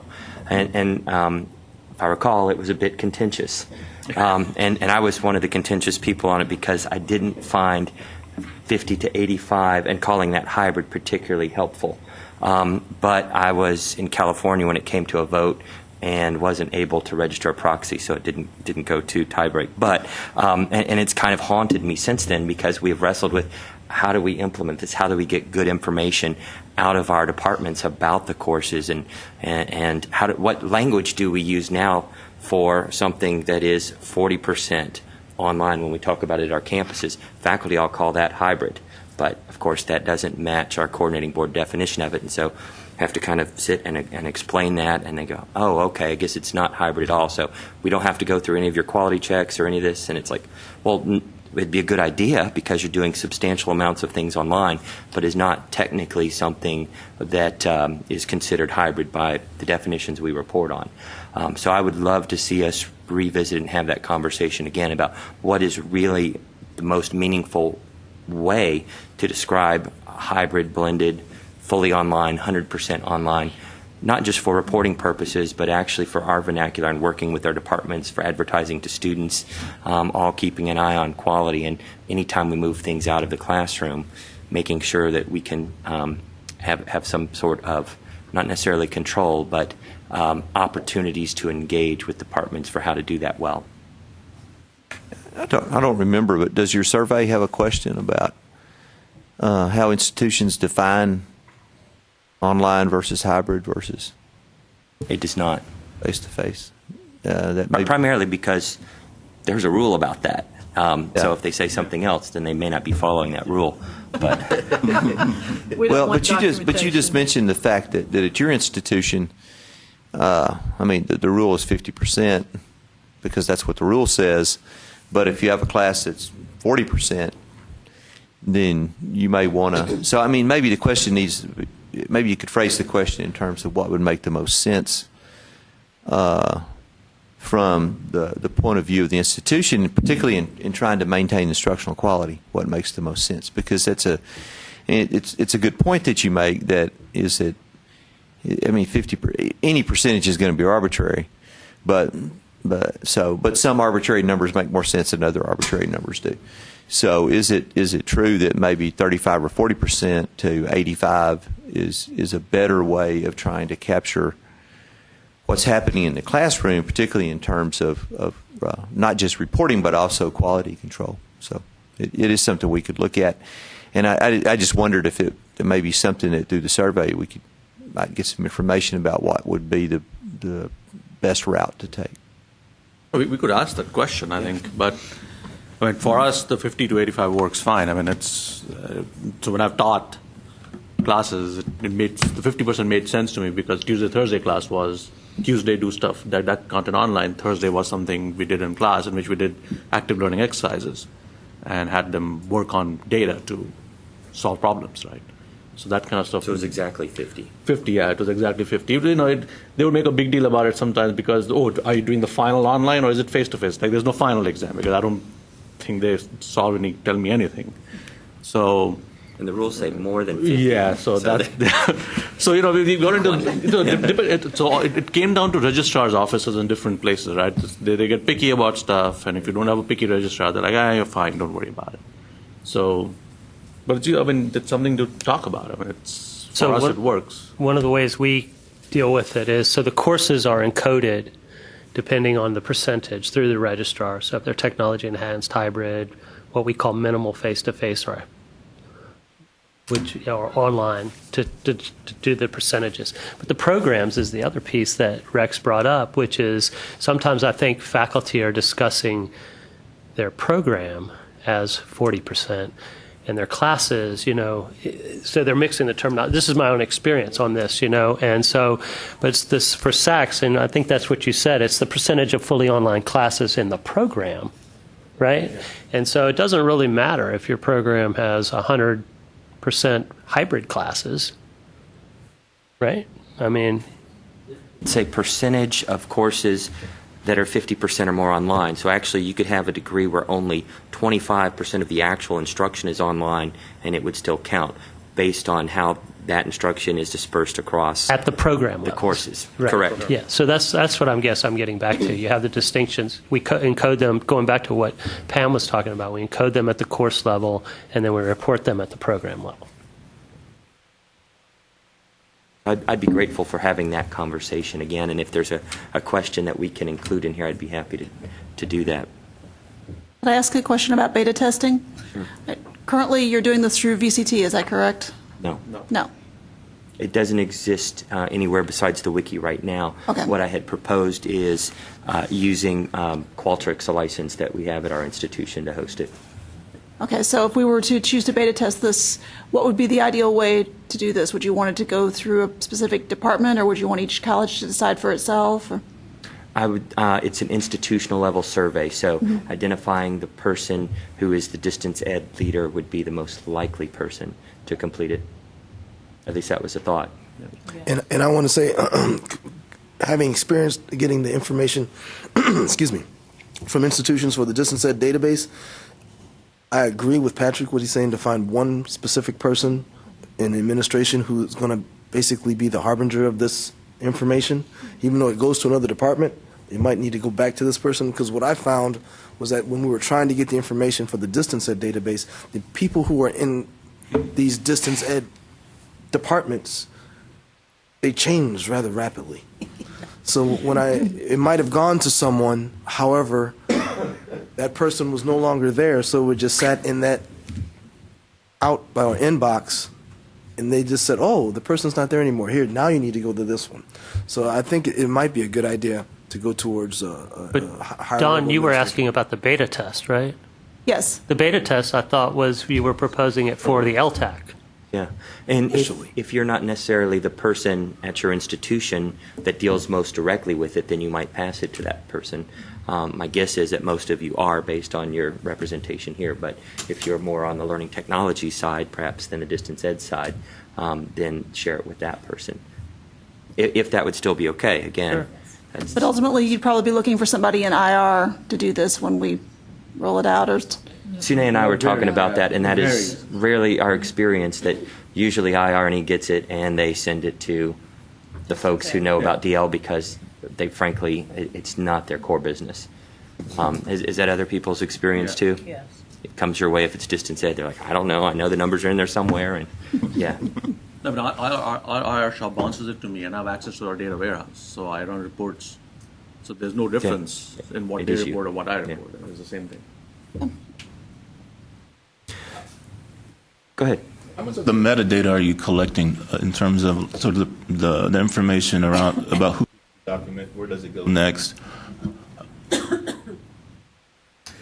outing. Huh, interesting. The what? So you're basically asking about, so the if you send it to the CAOs, who do they bounce it to? Who do they route it to? Yeah, I mean, I think that information is telling as well in terms of how. Yeah,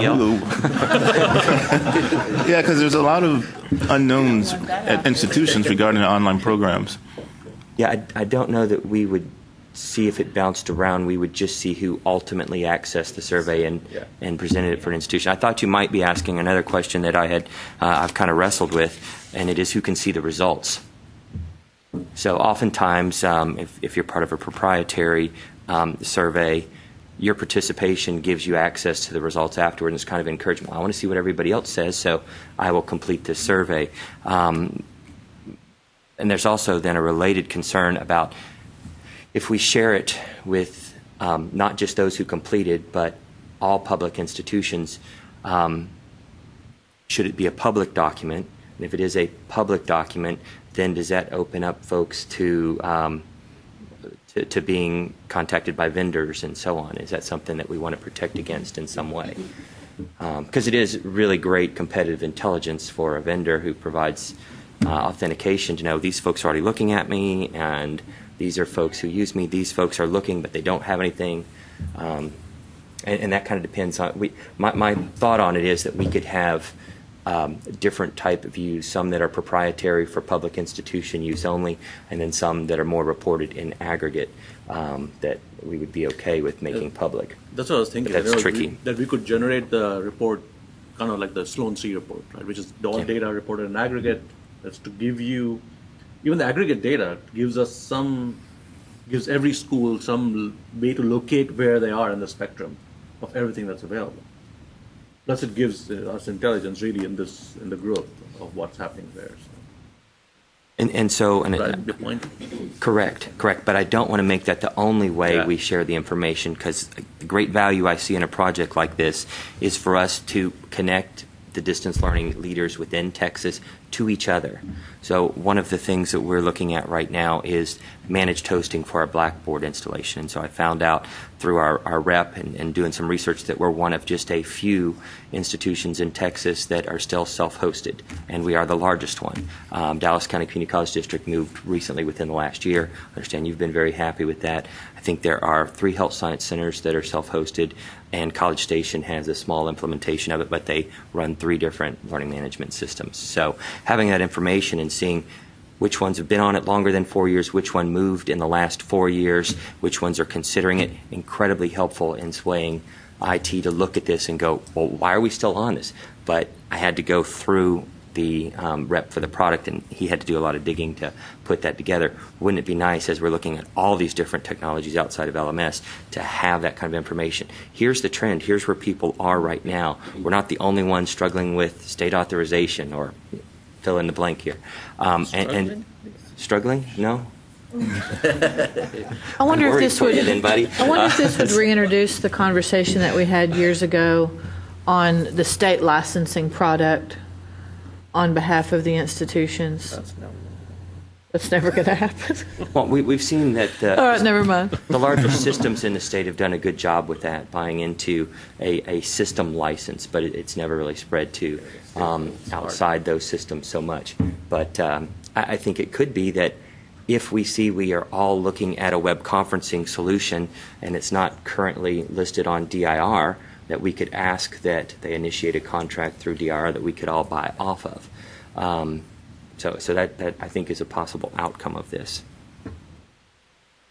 I'm going to stop talking for a second and let folks respond to who can see the results. And do we make it that perhaps if you participate in the survey, you get to see them 2 months earlier than everybody else? That would be, I just think that maybe it would be helpful to have some type of encouragement for folks to do this sooner rather than later, not put it off, and see the value in it. And I think I might want to bring that back to leadership first to find out exactly if it is coming from an LTAC committee from the THECB, how are we able to present the results of the information? I don't think it's just us who has to make that decision. I think that also has to be part of the THECB as well. So I need to bring that back and then report back to the committee. Yeah. Can you describe the fact-checking protocol for the data? Well, it's a survey, so it would be whatever that institutional person claims they are doing. I don't know that I could independently verify any of the responses, so if they just went off on a lark and made up stuff, that's what we would believe was true about the institution.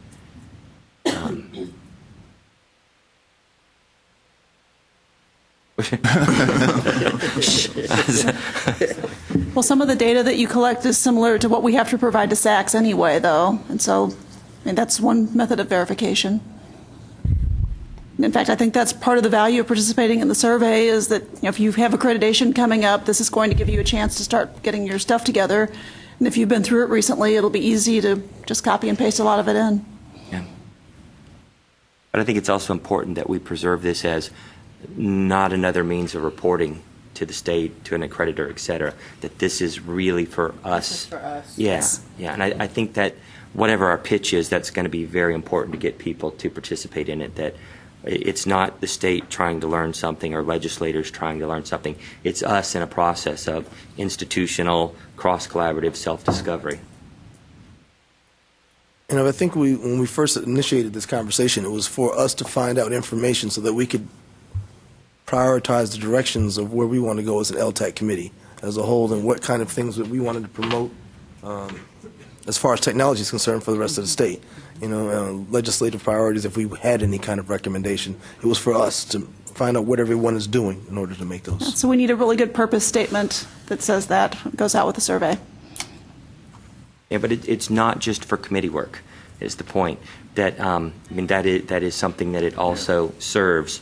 I don't know if it's currently part of our charter. It previously was that this committee would produce a state of distance education report annually, and I can't remember the last time we did that.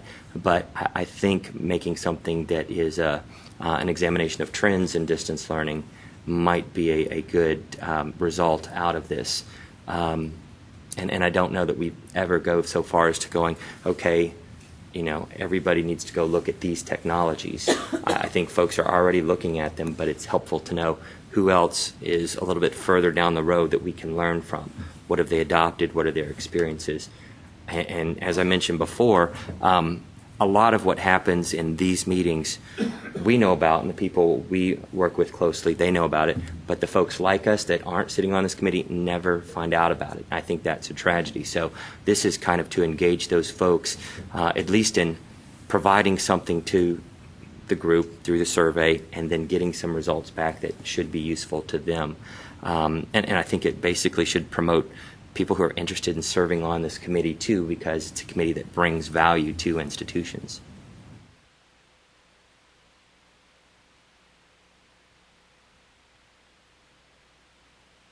Other comments?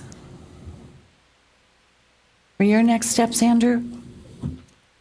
Well, this one, as soon as I get the information back from Patrick, once we do, as soon as I get the information back from Patrick, once we do the feedback from the rest of the committee, and you get a finalized list of questions, how we want it to present. Like I said, I'll take that back to the data collection committee, and they can give me the steps next in order for us to, well, the way we want it is go ahead and send it to the LTAC for a first run, I would suspect after that I would find out for sure. Do I need to bring that back? But I'm not sure. I think we should. If we have a dry run with us, then we can just determine whether or not we can put it live. And Rex is coming. Well, I think you can go ahead and do your beta test as long as it's confined to the committee members. And then based on it, then you might want to put together a final version, so to speak, that then we'll then take back to the internal review committee for. But I think it'd be helpful at this point if you probably went ahead and did the beta test based on what you gleaned from today's comments and everything, and then we'll take it back after that. Here's what I'd like to propose for a beta test is that I go through and try to exhaust what possible categorical responses there are for each question. Some will be yes, no, explain. Others will be particular vendors or solutions. But then I'd like to add 3 additional questions or items under each one. One would be rank this question 1, 2, or 3 on how important you think it should be. So if we do this as a phased approach, we just go, this is too long. We would do those ones that are ranked highest first. And then the second one would be to choose a category for it. And I'll come up with some categories that I think should fit most of them and have you also select. So it's kind of crowdsourcing into categories and rank. And then the last one would be meta-commentary or comments about the questions of this doesn't work well, or I think if you added this piece, it would work better. And then take that information after we have, 1, provided our authentic responses, 3, provided those 3 additional pieces of information, take it back to the folks who agreed to serve on the working committee, and that was Pam and Stephen and Michelle Betancourt, Sune, and then coordinating board staff, Andrew, you, and Elizabeth. And if others want to join, they're welcome to, but if they find putting their input into doing the beta test is sufficient, that's fine too. So that would be my proposal to move it forward. And then take that and come up with the final questions that you send to the data collections committee. So what kind of timeline are we looking at? That's what I was trying to. Tomorrow. No. I was just trying to say about when do you think By we Friday? should be able to. The committee, I guess, would have to decide this as a whole. When do you think we'd be able to get the final feedback back to Patrick? Well, it depends on how quickly I got it into beta format to send out. I'm going to say I could do that in a week, and that may totally blow up, but that's what I'm going to commit to. And We can respond. is that too quick for everybody? A week to respond to it? Because I would give 2 weeks. That's generally what I give for anything, but 2 weeks? Yeah. Because it's summer. Yeah. Yeah, we've got a holiday weekend coming up too. And then I think that probably would want to get the working committee together to talk about the feedback that we got and actually look at it. And that's probably the biggest variable, is getting everybody in synchronous space. So I'd say probably 3 to 4 weeks for that. Is it feasible to talk about this again in September? I think so. Yeah. I don't see a problem with that. And what is the schedule for the data collections committee, or if they have business, they can meet kind of more The often? committee told me they usually meet once a month and they'll give me the date. However, if there's something that's pressing, they said they would be able to, they can hold a meeting for that particular issue. And is that Subject. staff only, or does that involve institutional personnel too? That's staff only. Okay, good. And So it's an all internal. thing. Good. I don't know that we need any type of motion or anything to proceed, having outlined kind of what we anticipate. But if so, I'll let you guys decide. I think at this point, only motion I could think of that we agree with the timeline that we've considered, and see if we all agree on that. We can say this is our recommendation and go ahead with that process. So we want to make a motion on this timeline? So move. Second? Second. Okay. It's been moved and seconded to agree with the timeline that Patrick is leading from his side, and it will coordinate with Andrew, with the coordinating board, and then we will report on this, discuss this again in our September meeting. All in favor, aye? Aye. Any opposed? Motion passed. Thank you. Thank you. Looks to me like it's lunchtime. Okay, we will break, and let's be back in a half hour, okay? Thank you.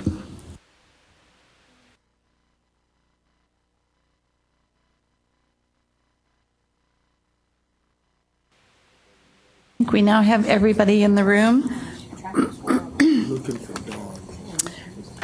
I was going to see if there might be any other issues that need to be added to the agenda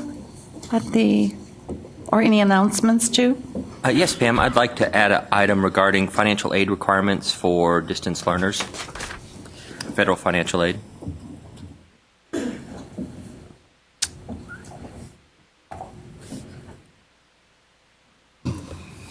Okay, well, add that at the end. And are there any announcements that anyone needs to add? Well, I have a few of the announcements. Let me just say that 90 days from today, the National University Technology Network, the annual conference, will start in San Antonio. It's at the Drury Plaza, and I know that state authorization is on the agenda for today. Marshall Hill will be one of the keynote speakers at that conference. Robbie Melton from the state of Tennessee, who is has managed online and distance and is a real expert in the area of mobile technology, will be one of the keynoters. And Candace Thill from Stanford, who's been really active with open educational resources and the whole open movement, is one of the other speakers too. Just because it is so local and close, I wanted to make sure everybody knew. And I specifically had a very nice flyer made up for you today to hand out, and I forgot it. So I will put it in the mail to you since we actually had it printed. So you'll be getting something in the mail on that, but I would hope you would take a look at it. The website for it is www.nutn.org. Just another announcement from the community colleges. 2 new directors for 2 statewide initiatives that really started both with the coordinating board and Perkins Grants have been filled. There is a new a new director for the Virtual College of Texas, based at Austin Community College, and I don't even know his name, but Amy's meeting with him tomorrow. What's his name? Gary Abernethy. I hear he comes from Florida. So he will be working with community colleges in the Virtual College of Texas, and that is after Ron Thompson retired. And many of you know Henry Hartman, who was managed Starlink, and he was based with the Dallas district. He also retired just last month, and Rick Walker has been hired to replace Henry. And Rick has been on board since the 1st of May, and he is making his way around the state, meeting people, and finding how the professional development network of Starlink, which is actually older than VCT, how it can continue to serve needs throughout the state in professional development. So those are 2 quick announcements, and we'll add your agenda item then at the end for you. Okay, Patrick, thank you.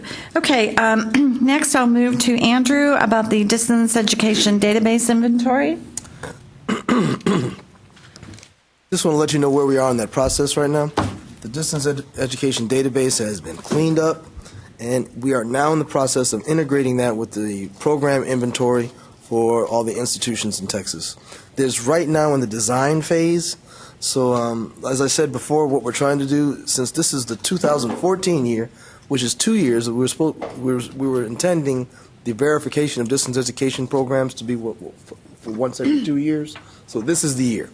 So our plan is to have this up and running so that the institutions will be able to confirm which distance education programs they are continuing to implement or instruct through distance education, as well as which ones they are not anymore, so we can delete them from the database, and have a process for them to add programs as well, but restrict it just to the ones that they already currently have in their institutional inventory, so it'll make it a lot easier. I was hoping to have it during the summertime, but since this process will be automated so that you can keep it up in real time, I don't think it would take the amount of time it took in the last acquisition of information due to the fact that we had to have spreadsheets and integrate and do all kind of steps in order to get the database running. But it should be up, hopefully, I'm saying that this year. This is what I want to do and have this time, the institutional inventory updated by each institution in real time. To know what that was. If you have any questions, well, it'll stop those spreadsheets. I had a question, Andrew. So when you begin to, so you want to make a change in the database as it's just, so then you can make that change through the web interface, and then it's approved through your sysadmin or whoever is the administrator on your end, so we can make changes to things, or do we make changes and they go live? I mean, is there a step in between? That's what they're doing, the design phase first. Now, this is my dream. Okay. If you were doing something that doesn't require any type of area notification, or something, for instance, an online, taking an existing program and putting it online, according to our current rules, all you have to do is notify the THECB. Right. And then it goes right online. Those shouldn't be any problem for the institution just to update us, because we can see it in your inventory already. That's the whole rationale for that, is to make sure that if you already have it, okay, you just want to make it online, that's just in a notification process, it'll be quick. If you want to get rid of something, you can just say delete, we can delete it off. The only time that I can see there be a problem where you might have to have something in queue, and that's what I'm calling it right now, for staff to work with, would be if you have a program that requires some type of area notification, and that would be off-campus face-to-face and electronic to group. Those processes need to have a 50-mile notification 60 days prior. So we're working with the IT people in our division, and this is one of their ideas that they thought about. If we could use, we have a map system as well. If we could use that map system, and you could tell where your location is, and it could automatically send out the notifications to the institutions and automatically come back. That's what we're hoping to do. And it'll even streamline that process if we can. I think that's where we are right now. Any questions on that one?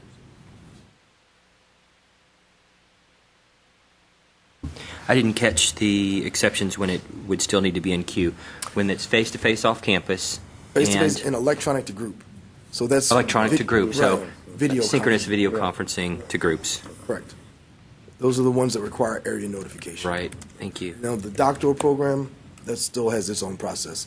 But the bachelor's and master's degree, they can go straight through the interface with this portal. And that's ideally, it's not a done Ideally, deal it's yet. not, but that's it's still in design phase at this point. Great. Thank you. That's it for me. Any other questions? The next item is the update on the state authorization reciprocity agreement programs, better known as SARA, and the national council is the NC-SARA. And I am serving on that national council, the only representative from Texas, but as you know, Marshall Hill, having been here, knows a lot about the state, and so is constantly giving me feedback. And so that we start with the end in mind, Marshall has also said it is very helpful for institutions in the state to be telling their state what they want them to do, so that the state knows what the wish of the institutions are. We had a discussion at our last meeting about moving the process forward, the sooner the better. And so at the end of this, I'll want to think about, is there anything that this council or committee could be doing to further the process and the progress of our state joining the SARA. There's so much information coming out on SARA. I just brought some of it with me, but let me just go over a few of the things that I know are happening and how progress is being made on the national level. Our latest board meeting was held in Chicago in May, and we did have a pretty good turnout at that meeting. An advisory committee was elected for that, and the there's the council, and then there's the executive committee. I'm sorry. And the executive committee, the chair is Paul Lingenfelter. The vice chair is Peter McPherson of APLU. Treasurer is Larry Isaac, the president of the Midwestern Higher Education Compact. And the other members at large in the executive committee are Paul Schiffman, who is the CEO of the President's Forum of Excelsior University, Michael Thomas, president of the New England Board of Higher Ed, Leroy Wade, the department commissioner for the Missouri Higher Ed Department, and Belle Whelan, president of the Commission on Colleges for SACS. And that group was primarily the policymakers, because that is so much of where the work of SARA is being handled. The organization is moving to become a 501c3 operation so that it can function more independently from WICHE. It's housed with WICHE right now in Boulder, but I think because of the nature of this, WICHE would gladly support it, but wants it to be its own organization for financial as well as policy reasons. So it is moving towards that.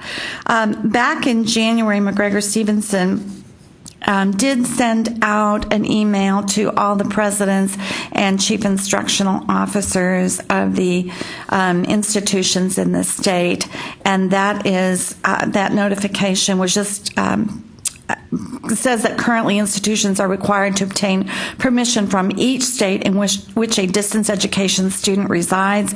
Many institutions have found this to be expensive and an arduous task. Institutions that are not in compliance may risk sanctions, fines, and other penalties in those states in which they enroll students but are not authorized to provide education. The purpose, again, of this, SARA, is to look at reciprocity agreements both across the regions and then eventually across the country. SREB's electronic campus is working with the SARA, and SREB's electronic campus has been in existence for a long time. Will have to change to be able to be part of SARA. But just to let you know that at this point, 13 SREB states have signed on with SARA and with the SREB electronic campus. And those are Arkansas, Delaware, Georgia, Kentucky, Louisiana, Mississippi, North Carolina, Oklahoma, South Carolina, Tennessee, Texas, Virginia, and West Virginia. And so those institutions now, we can be offering degrees across state lines in a reciprocity agreement. So that's the basics of where the South is. And I will pass out, I did bring a handout to let you know what is happening in the other states. There are some issues that keep coming up, many questions. So if you do have questions, Marshall Hill is beginning to make a list of all the issues that need to be addressed. And I know we all have questions as they come up. And just recently I asked one, because we got caught by the state of Maryland, who then, some of you heard from Maryland as well, I guess they went through all the iPads data and found anybody that was in their system that showed that they were taking an out-of-state class. And Maryland contacted us, and what happened for us is we just needed to list that program with SREB's electronic campus, and we were okay. But it started to bring up the issue, how did they find us?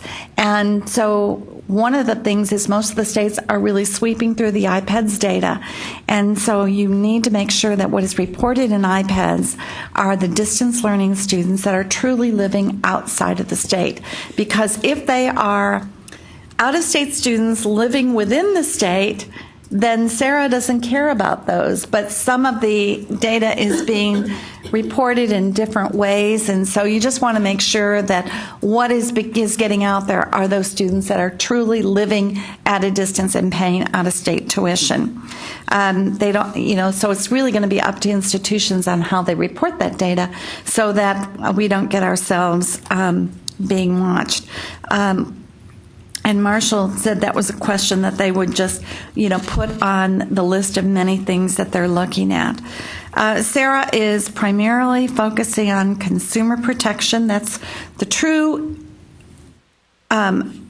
that's the true requirement of the home state or where that student resides. So they feel that they are in charge of consumer protection, and then there's just a lot of information that is being looked at with that regards. There is a very lengthy email coming out, or it's actually an online newsletter coming out from NC SARA. So if you are interested in getting any of that, or getting on their mailing list for this, there's a website, or you can just email information@nc-sara.org and ask to be put on their email address. And a lot of good information is just in there. This first email newsletter that came out in May reported that there are 7 states now that have actually joined SARA, and those states are Alaska, Colorado, Idaho, Indiana, Nevada, North Dakota, and Washington. Additionally, there are 16 other states where legislation is pending, even though there's no actual date on when they're going to be able to join SARA. There will be a cost for all institutions to join SARA, and it ranges from $2,000 to $6,000, 2, 4, and 6, depending on the number of students that you have enrolled full time. So that is pretty much established. So if you would like to know what you will have to pay, you can go on and look on their website where their cut-up points are. The 501c3 operation is being organized and will be incorporated and operated out of the state of Colorado. There's just so much in here. The Witchy Group is actually doing a lot to foster participation in SARA, just because that is where NC SARA is now housed.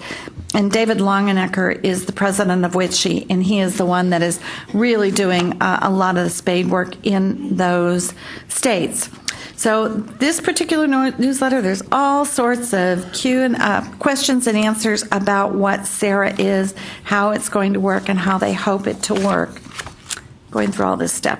One thing that they've been spending a lot of time in lately is working with the Department of Ed in negotiated rulemaking sessions. And both Marshall Hill from NC SARA and Russ Poulin from Witchy have been involved with these negotiated rulemaking sessions. I think they've been pretty frustrated because it didn't go through as they had hoped it would.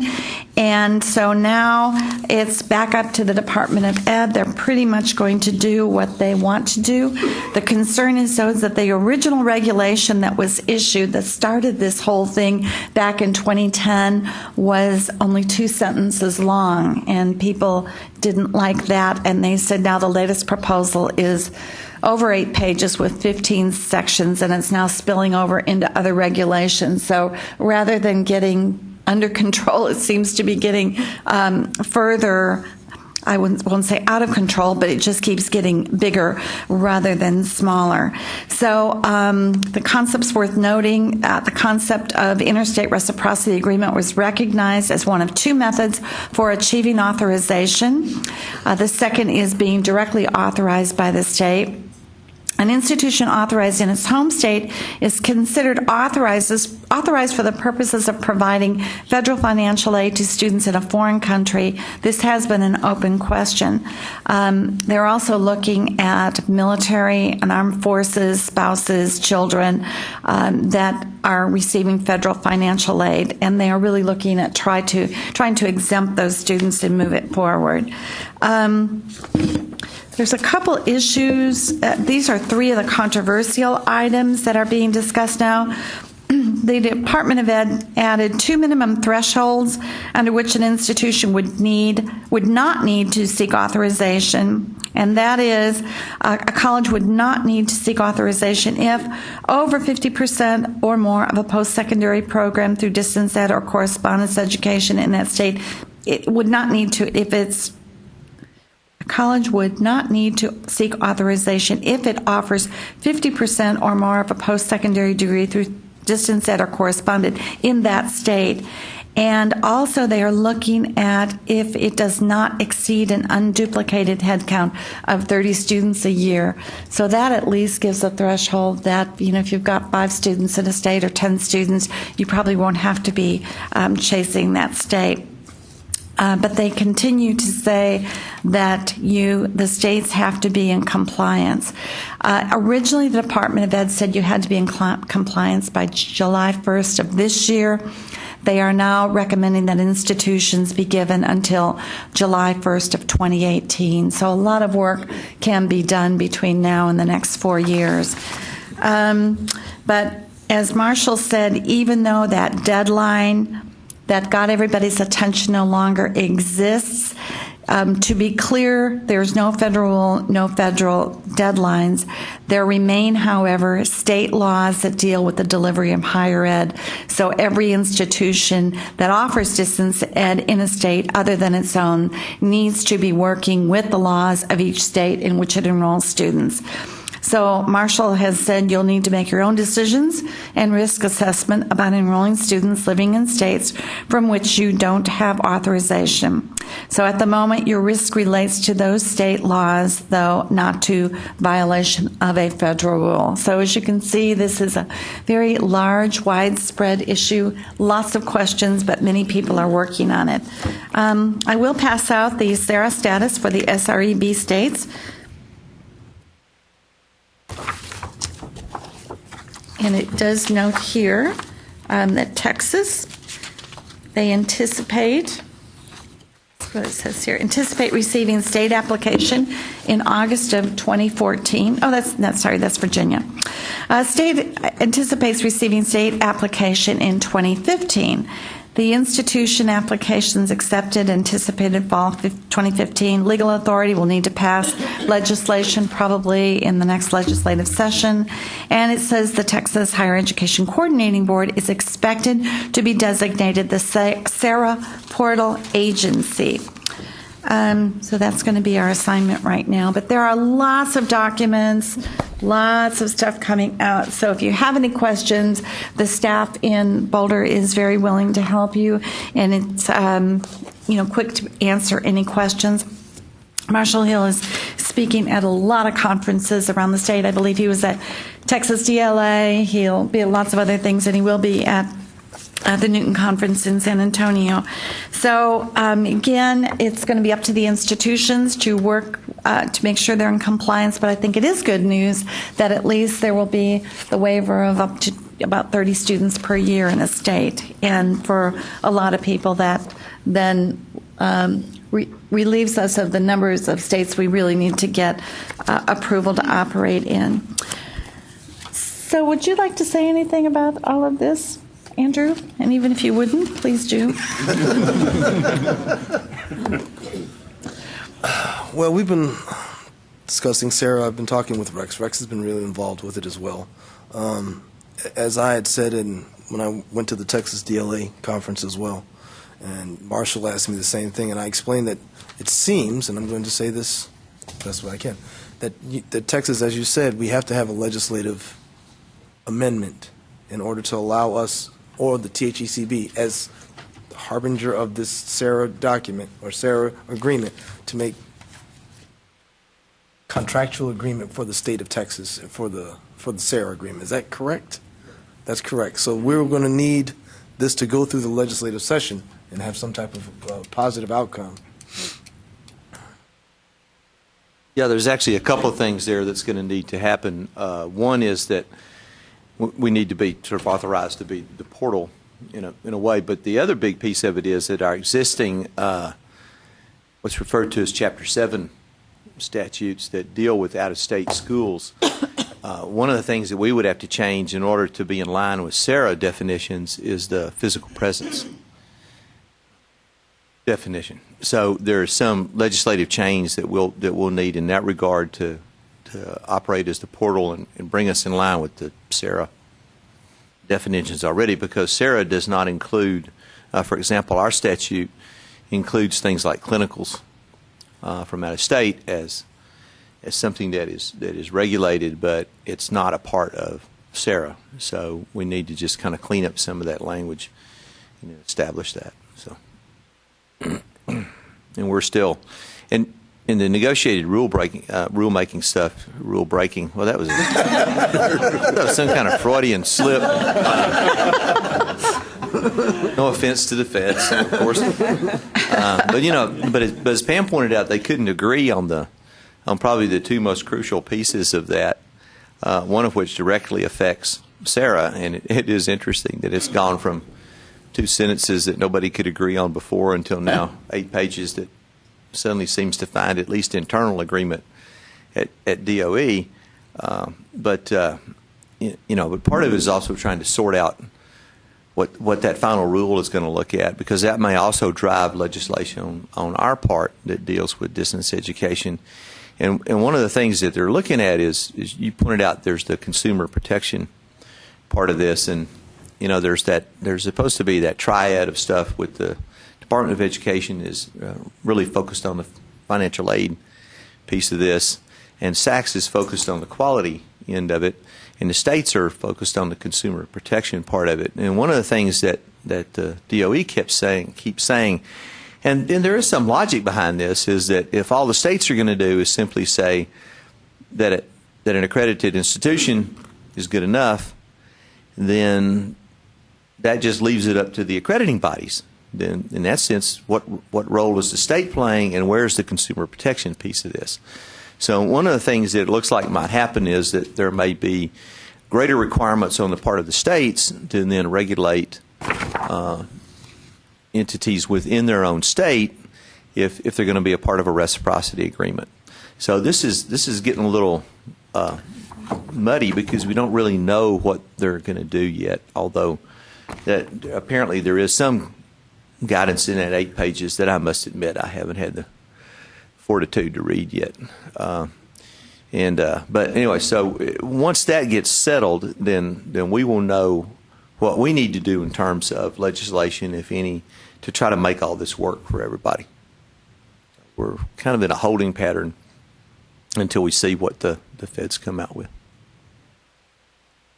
Yes, what Rex just said, and I've got it written here too, that the department's position on exemptions, the department asserts that the accountability triad is based upon action by 3 partners: the accrediting agencies that review the institutions and grant accreditation on quality, the states, which review institutions and authorize them to operate in their state upon consumer protection issues, and then the Department of Education uses the actions of the accreditors and the states as the base of criteria for allowing an institution to offer federal financial aid. But what the department says, that if the state is only using accreditation for its review, then there's really no longer a triad. And so accreditation criteria are the only considerations that have been reviewed, and they're wanting more than all of that. So is there a discussion from this group on whether we would like to move forward and pushing the state to move forward? And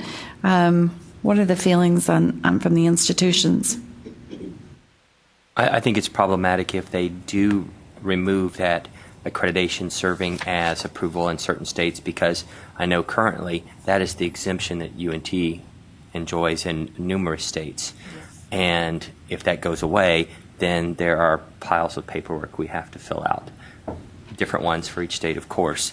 And so my concern is, certainly makes some sense to wait until the DOE rules come out, but if they're not going to be implemented for 3-4 years, it seems like, if we miss this window with this legislative session, then we're probably 2 years out before we could have any type of relief, and I think the reciprocity agreements could provide some of that before the DOE rules ever go into effect. So what I'm suggesting is maybe we need to move towards something that makes sense for next year, and then review it again and seek additional changes. Because after the DOE statement comes out, then it's going to be open for how long for public comment? And then it goes, because even though negotiated rules making is over, that means they get to say whatever they want, but then they do listen again to states and institutions, other stakeholders, and then how long before they actually issue a final? I mean, that's probably a year away before a final comes out. And at that point, we're through another legislative session. We have zero relief. So my concern is that if we wait too long, that we suffer all of the pain all along, instead of being able to provide some movement towards an NC-SARA, which could provide us relief sooner. That makes sense? And so I actually was contacted by a colleague at someone not represented here from Texas State University saying, well, what are people doing? Are they just sitting on their hands waiting? Or should I have my president write somebody? Who should they write? Should they write their legislator? Should they write the coordinating board? And I said, I don't know. We're having a meeting to discuss these kinds of things.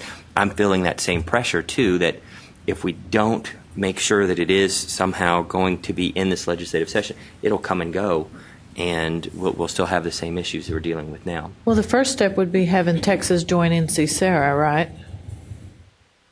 That would be one of the first big steps on moving us forward. Changing the legislation so that they could. I mean, I think that's the goal. On behalf of the state of Texas to enter NC-SARA. The institutions will probably be needing to join NC-SARA, but the state needs to join. They have to go first. SARA, Southern SARA. Yeah. So lots of things need to be happening. But I think right now what we want to make sure is that we don't miss the next legislative session, because that puts it off from now for 3 years. So Rex, is there anything this body can do to accelerate whatever processes are in place? Not really at the moment. And let me back up one step and say that my remarks are actually predicated on the earlier promise from DOE that they would have the rules published in May. And we've already missed that portal. So, I mean, you actually make a good point that, now we don't know when they're going to come out. And so it may very well be a case of at some point we go ahead and approach the legislature with whatever we can do now in this next session to get the portal set up so that colleges can join SARA and so on, and then adjust to whatever rules that they eventually come out with. Which, at one point, like I said, at one point they were promising all of that by May, and of course that seems to be stalled too. So it's a good point. Well, is there something that this group could do to at least endorse the coordinating board to continue to move forward with the process to be able to address the legislature next spring? Or can we do this in steps? Well, we'd like to see you come back with something in our September meeting that we could approve Sure. and encourage you. Yes.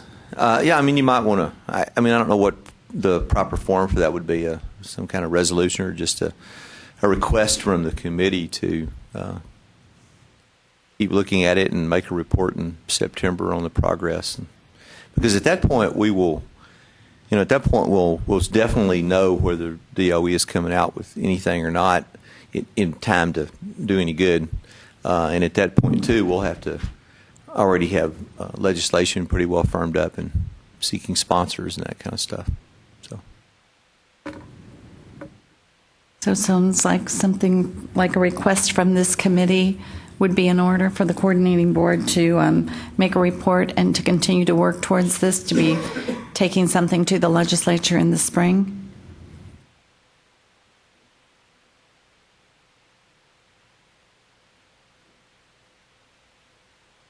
In the form of a motion? A motion to move forward with that. Okay, there has been a motion and a second to request from, to make, that this committee ask for the coordinating board to make a report to us at our next meeting in September and to pursue taking this to the legislature in the spring to do what we need to do to allow that the state join NC-SARA and that the institutions be allowed to join NC-SARA and the state join SARA. Correct? Any questions? Discussion? Call the question. All in favor, aye? Aye. Any opposed? Very good. Well, we thank you very much for your work on this, and we just know that there's, like Patrick said, we need to get it moving, but it's kind of who starts what and who goes when, and so we appreciate your work on this because it really is critical that we look at this as a state. It's just too expensive and too time-consuming to try to do it individually. Excuse me. Pam, did you second that? I'm just making sure. I do it. Oh, okay. Dawn. Okay. Thank you. Thank you.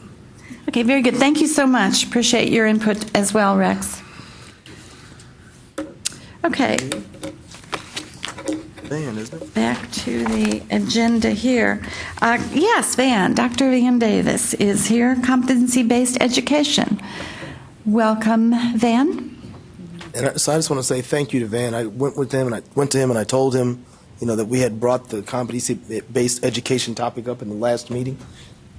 And Van, right now, is one of the prominent individuals in the nation on competency-based education. We just happen to have him housed here at the THECB. So I asked him if he would give us a little presentation on competency-based education and what is happening in the field with technology. Thank you for coming.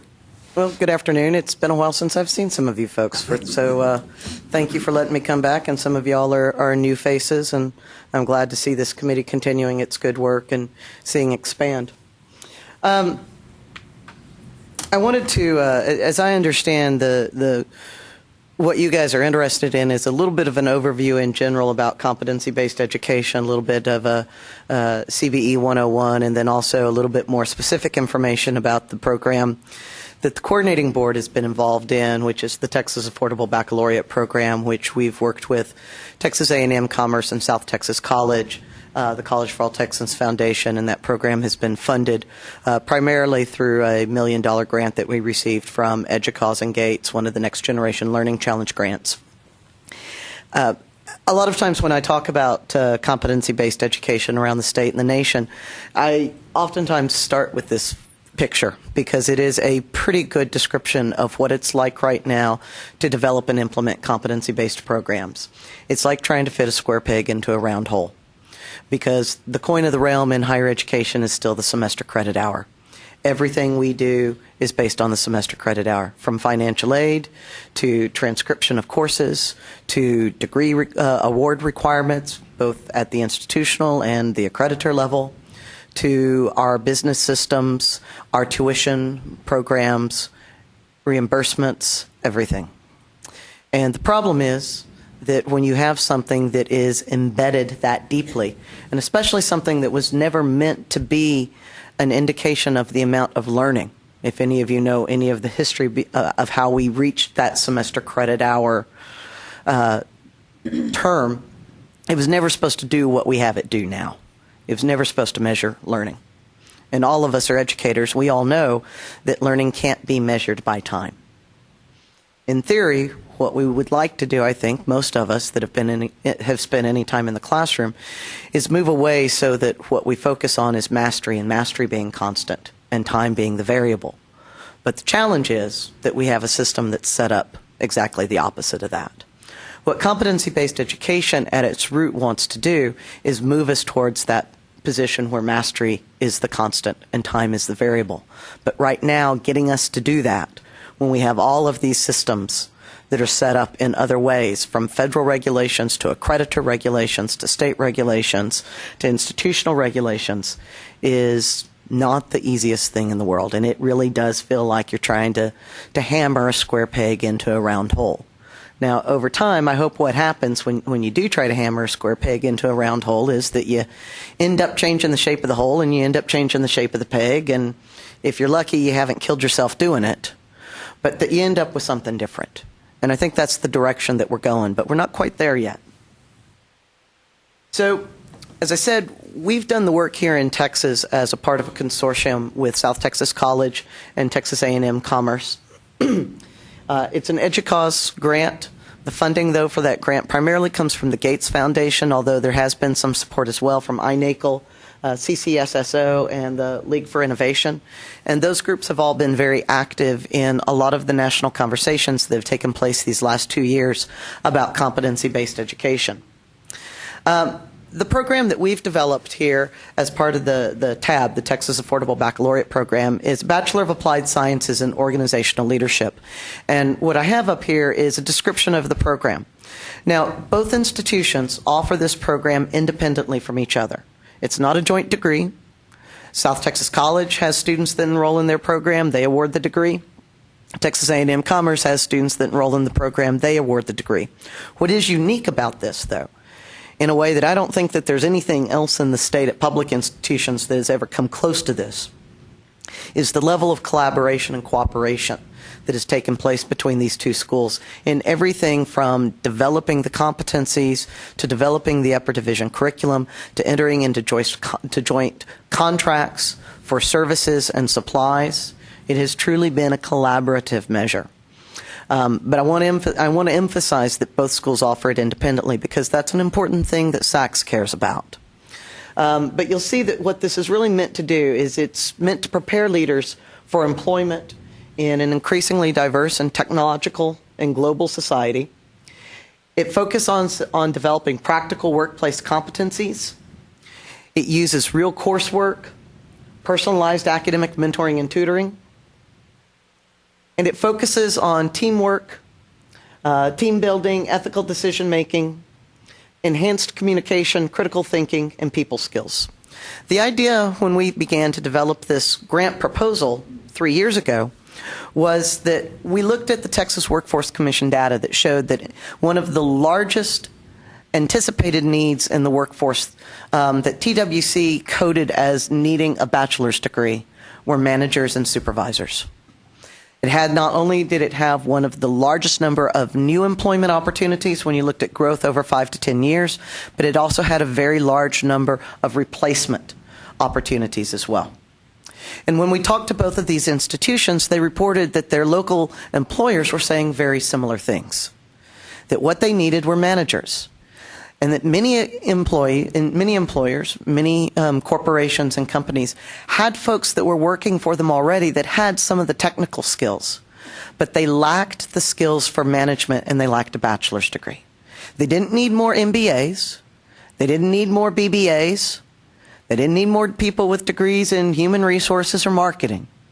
They needed people that understood how to manage and supervise, and who also understood how to do that within the framework of the business that they were already in. That's a very different set of skills than your traditional business degree.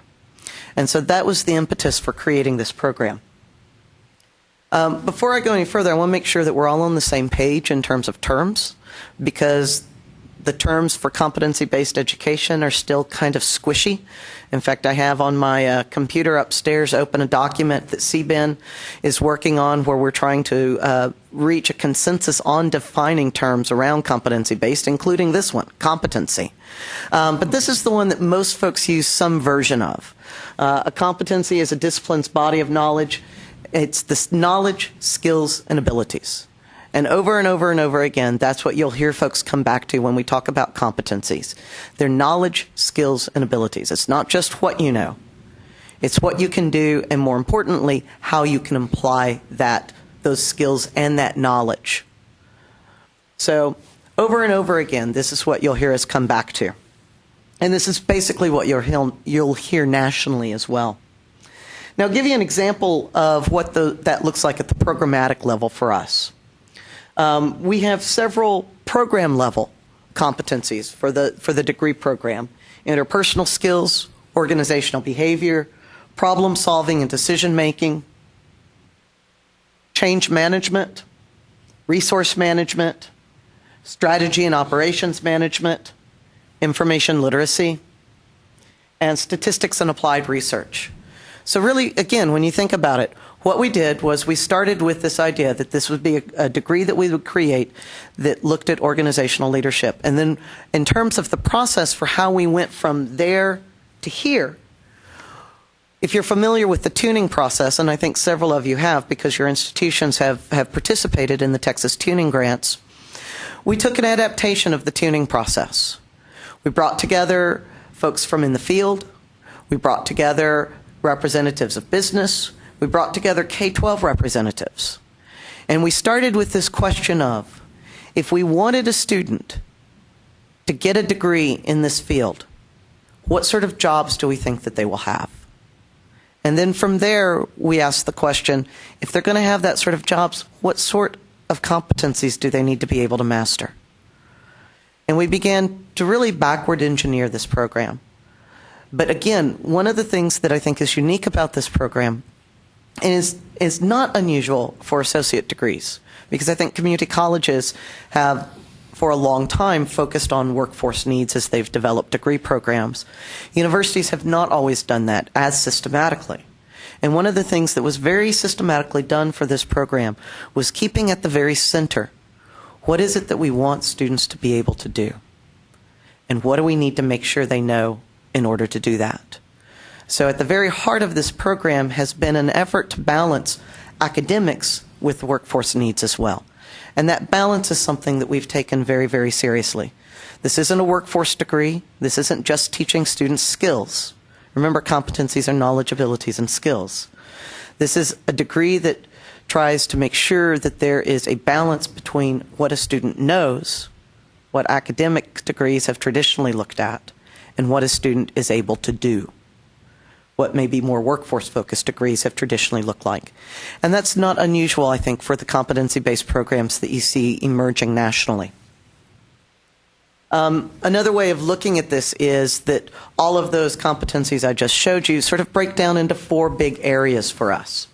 Knowledge of human cultures in the natural world, intellectual and practical skills, personal and social responsibility, and integrative and applied learning. And if you're familiar with AACU's LEAP initiative, and I know many of you are, that should look really familiar. And that was done consciously. We really started with a lot of the work that AACU had been doing with the LEAP initiative.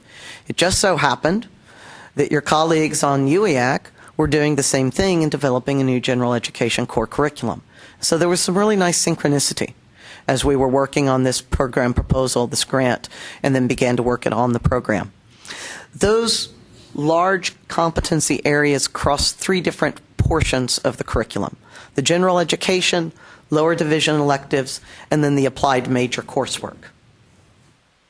And feel free to stop me if you have any questions.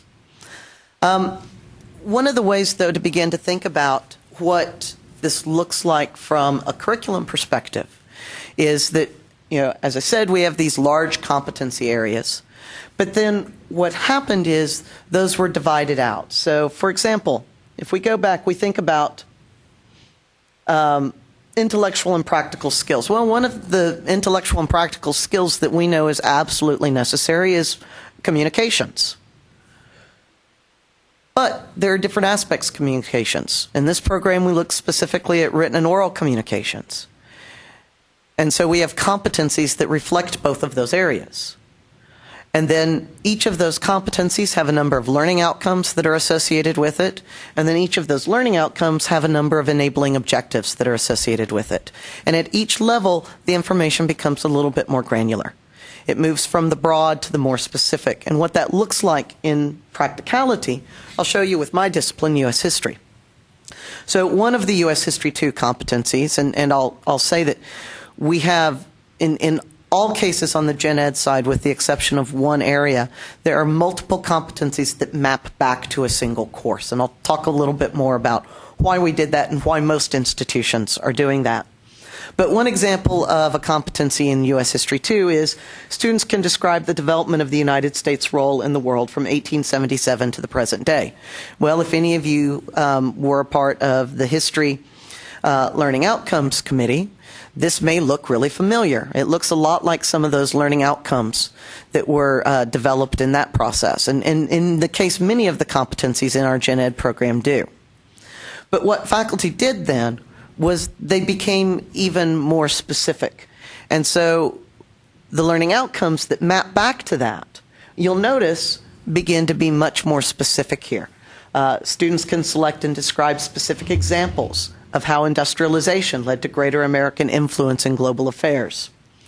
You look at number 3 there. Students can describe the pathway to American involvement in World War I. And you'll see in this case, there's actually 6 learning outcomes that map back to this single competency. And they're pretty specific. But what the faculty did is they delved down even deeper than that. So go back here, show you that learning outcome 1, students can select and describe specific examples of how industrialization led to greater American influence in global affairs. Well, there are a number of enabling objectives that are mapped back to that one learning outcome. And you'll see, in this case, it becomes even more specific. In most of the cases, what we see with the enabling objectives in our competency maps for this program is these tend to be the very discrete pieces of information. Students should understand the influence of Mayan's policies upon defense and foreign policy. Understand that, describe the need for raw materials, captive market, naval bases. Understand the role of the Great White Fleet played in colonization. Understand the relationship between sugar and Hawaii and Hawaiian statehood. Now, if you taught a U.S. history class, this would look really familiar to you. This is the basic sort of stuff that I can guarantee any of your U.S. History 2 classes on your campuses are covering. What we did, though, is we wanted to try to find a way to develop this so that students who had some of this knowledge, who had some of these skills and these abilities that already pre-existed, wouldn't have to sit through the material again. Because again, the focus for us is the idea that knowledge and learning should be the constant, that mastery is the constant, and time is the variable. I remember when I taught U.S. history, that I did upon occasion, particularly when we talked about foreign policy, because I was not a foreign policy guy. And then when I taught World Civ and Western Civ, considering that my training was in U.S. history too, this would also happen. I had students that knew more about certain areas than I did. Graduate school prepares us to be specialists. It doesn't prepare us to teach general courses. Gen Ed is mostly the general courses. There were times when I had students that were particularly interested in some aspect of U.S. history, especially when I had my Marines in class. They knew a lot more about military history in World War II than I ever am going to know or really want to know. I'm not sure that I really gave them much during those sections of the course. I don't know that they really gained that much from me. Now, there are other portions of the course I'd like to think that I was able to provide some information to them, help them understand how to think about the world.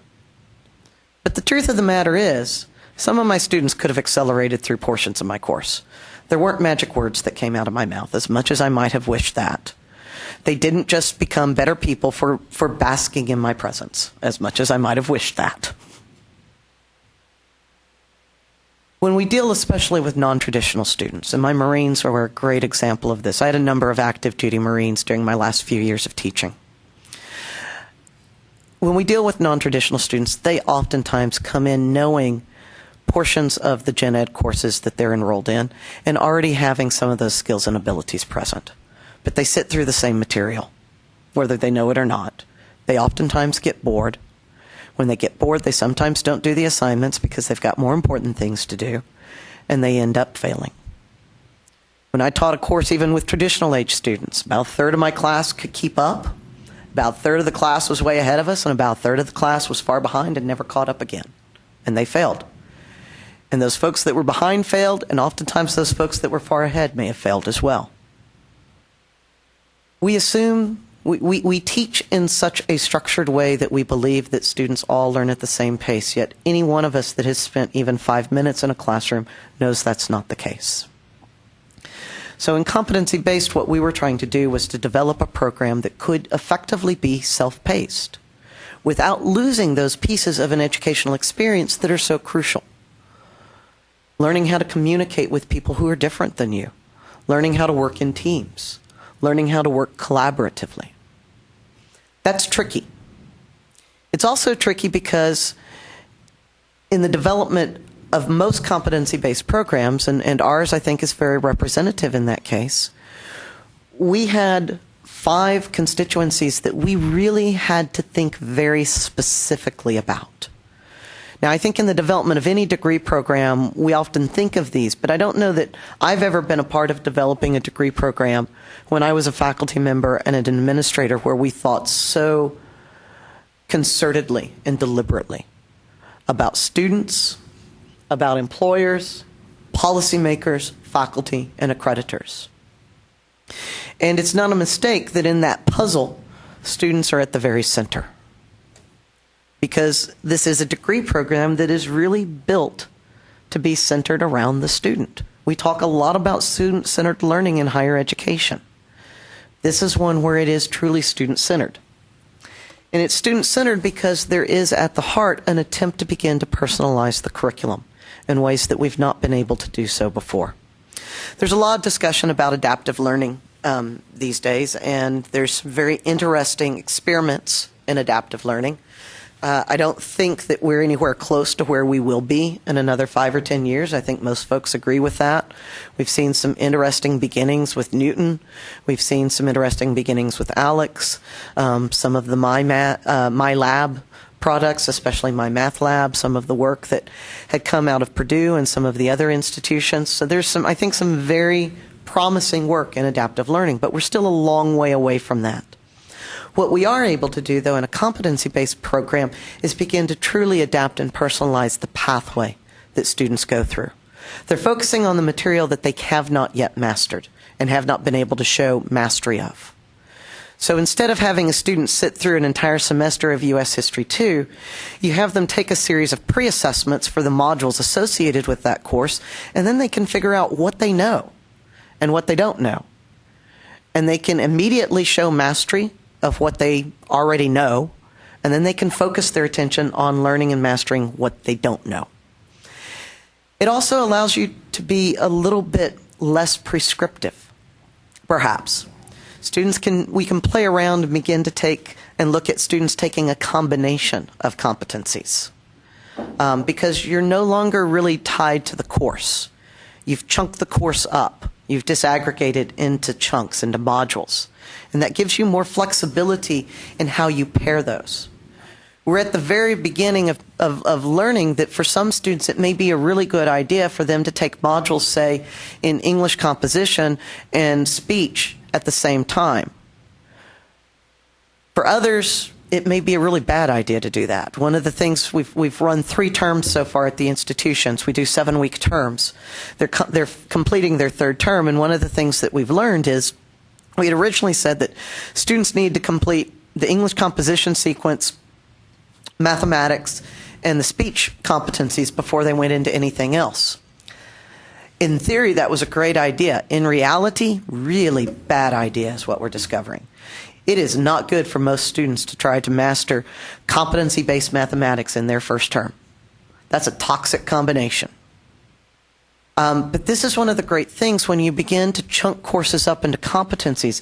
You begin to be able to really look to see what combinations work best for students and what combinations do they need to stay away from. You know, many of your institutions have begun to talk about toxic course combinations. This takes it to the next level. And it provides the ability to really begin to personalize and adapt learning so that you stack the decks for the students. Many of our students, particularly non-traditional students, come in with the deck stacked against them. They're working full-time. They may be taking care of children. They may be taking care of aging parents. They have a million demands on their time. They may not have been in a classroom in 5 or 10 years, and they may not have done that good of a job last time they were there because they didn't get the supports they needed. The decks are stacked against them. If we can really begin to become much more deliberate in the pathway that we put students on in moving through a program and provide more combinations, we can begin to stack the deck in their favor. And we think that ultimately is going to increase retention and success. So these competencies, where do they come from? They come from a variety of sources. The primary source, though, I would argue, and I think most of the folks in our program and many other programs would argue, is that they come from faculty. One of the myths of competency-based education is that we're trying to throw the faculty out of the classroom. That's farthest from the case.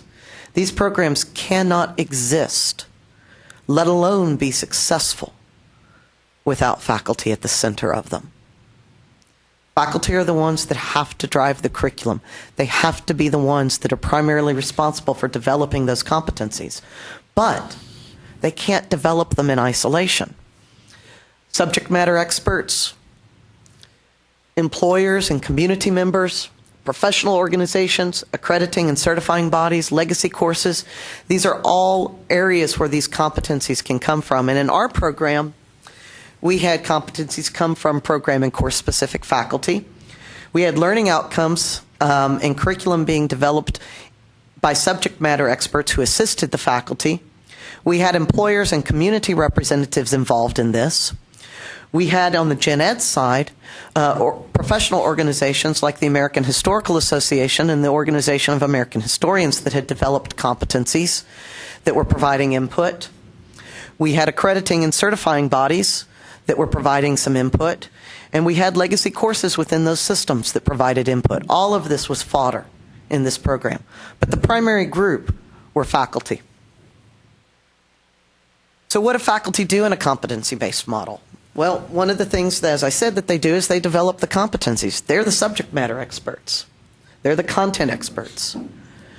But one of the other things that most competency-based models do, and our program is similar, is that they look at trying to disaggregate the faculty roles. They try to unbundle it. This isn't to try to replace faculty, but this is to try to become more effective and more efficient. And I've come to believe that efficiency is actually not a four-letter word in higher education. Although when I was a faculty member, I certainly did believe that it was. But I think about when I was a faculty member, I taught at mostly small institutions. One year I was chair of the largest academic division on the campus while we were going through a reaccreditation cycle where we were on probation, and if we didn't come off, we would close. I was still teaching a 2-2 course load, which was a half-time load at that institution. I was still advising. I still served on a number of institutional committees, and I still served on a number of committees outside of the institution and was involved in a number of community organizations. 6 different things I was expected to be doing in a 24-hour day. And it didn't work. And I didn't do any of them all that effectively. We asked, and I was not trained to do any of them except maybe one of them. We ask faculty on a routine basis to do things that we've never been trained to do. If we come out of a PhD program, unless we're lucky and we come out of an education program or a really evolved and forward-thinking doctoral program, we don't know how to make assessments. We don't know how to advise. I didn't even know how to teach. I had a day and a half of training to teach when I came out of Vanderbilt. That was a day longer than my colleagues had because I taught in an experimental program where, as a historian, I taught freshman composition. And they decided they'd give me 1 day of training to do that. I didn't know how to teach. I feel so sorry for my students. My first upper division class, I had them read Foucault as their first assignment. History of Sexuality, Volume 1. They didn't kill me. It's a testament to them. They did a really good job. It was a testament to them. Looking back, I never should have done that. I didn't even like that. I didn't even understand it. And I had sophomores and juniors and seniors doing it with no preparation. If I had actually had somebody that had maybe sat down and giving me some training on how to develop curriculum, I would have known. Not a bad thing to have them read it, but probably not the right thing to have them do it first out of the gate for the semester. I didn't know how to make tests. The assessments I created were based on what I took as a student when I was an undergraduate. Fortunately, I had some good undergraduate professors. As much as I love some of the graduate faculty I had, they never taught me how to build assessments. In fact, the only advice I ever got was from one of the professors I taught with whose sole advice for us with assessments was, when you grade, I like to grade with a nice beverage of my choice sitting nearby, and I personally like a nice dry Chardonnay. And that was the sum total of advice I got on creating assessments and grading. We ask faculty to do things that we're not trained to do. And as a result, we don't do them well even though we want to. And so the idea in competency-based is we begin to unbundle that and we allow people to specialize. We allow content experts to specialize in the content. We allow folks that have the best ability to facilitate learning to specialize in that. We have folks who have specific skills in counseling to be the coaches. And ultimately, we allow folks that have the specific skills in evaluation to perhaps even be the folks that evaluate, so that we even unbundle evaluation from the faculty member. If you really want an objective calibration of what a student learns, do you really want the person teaching them to be the one to make that decision? In our model, actually, we have two primary staff and faculty roles. We have academic coaches, full-time professional staff with a master's degree or above that provide on-demand assistance with students once a week. At least they must make contact with their advisees at least weekly. And they are assigned to that student from the moment they enter the program until the moment they graduate. Their job is to help them navigate through the program and make sure they're successful. And then we have a second category, and that's the faculty, the instructors. We call them content instructors. They are, again, full-time professional staff, credentialed with at least a master's degree in their field, and they are meant to be full-time 12-month employees with a livable wage and benefits. We're not trying to reach affordability by using adjuncts. We think that that's a bad policy. It's not good for the students in the long run, it's not good for learning, and it's probably not good for your staff either. So, faculty is that second piece of the puzzle for us. What do these modules look like? Well, I said that we map our modules back to courses, and I'll talk a little bit more about why we do that in a moment. But if you were to open up a module in the learning management system, say English Composition Competency 1, what you would see is a competency with a number of learning outcomes associated with it. The student, when they open it up, sees a pre-assessment, then they see the learning outcomes, and then there's post-assessments. Now, when they go into what one of those learning outcomes looks like, this is what they see. The learning outcome is at the center, and again, there's readings, there's media resources, there's practice assignments, there's perhaps research opportunities, there's collaboration possibilities, there's assessments. So what happens is when a student takes, here's what the pathway through a module would look like. When a student opens up that module, they take the pre-test, the pre-assessment. Each of the questions in the pre-assessment is specifically calibrated to the learning outcomes. So when the student finishes the pre-assessment and it's scored, they know, their coach knows, and their content instructor knows exactly which learning outcomes they already have a good mastery of and which ones they need to focus their attention on. That allows them then to go into the content of the module and focus on the learning outcomes that they don't know. When they feel like that they've mastered the material, and more importantly, when their content instructor feels like they've mastered the material, they go to the post-assessment. They have to score at least an 80 on that post-assessment before they can move on. They get 3 chances to do that. It's a different exam each time, randomized. If they, for some reason, are not able to do that at the 3rd attempt, then the faculty and the coach work with that student to figure out what they need to do. What is the best way that that student is going to be able to master that material? We assume not every student is best suited for a competency program, but we also assume that not every subject is necessarily going to be best be learned by a student through competency. If I tried to do competency-based mathematics, I'm pretty sure that I would fail miserably. I'm pretty sure, though, that I could do the history without too many problems and the communications without too many problems. We know that we've got learners in these programs that are going to be very well suited for them, except for maybe one small field. And then it's our job to figure out what's the best way for them to master that material. Assessments are really a central key in all of this. They undermine the entire program.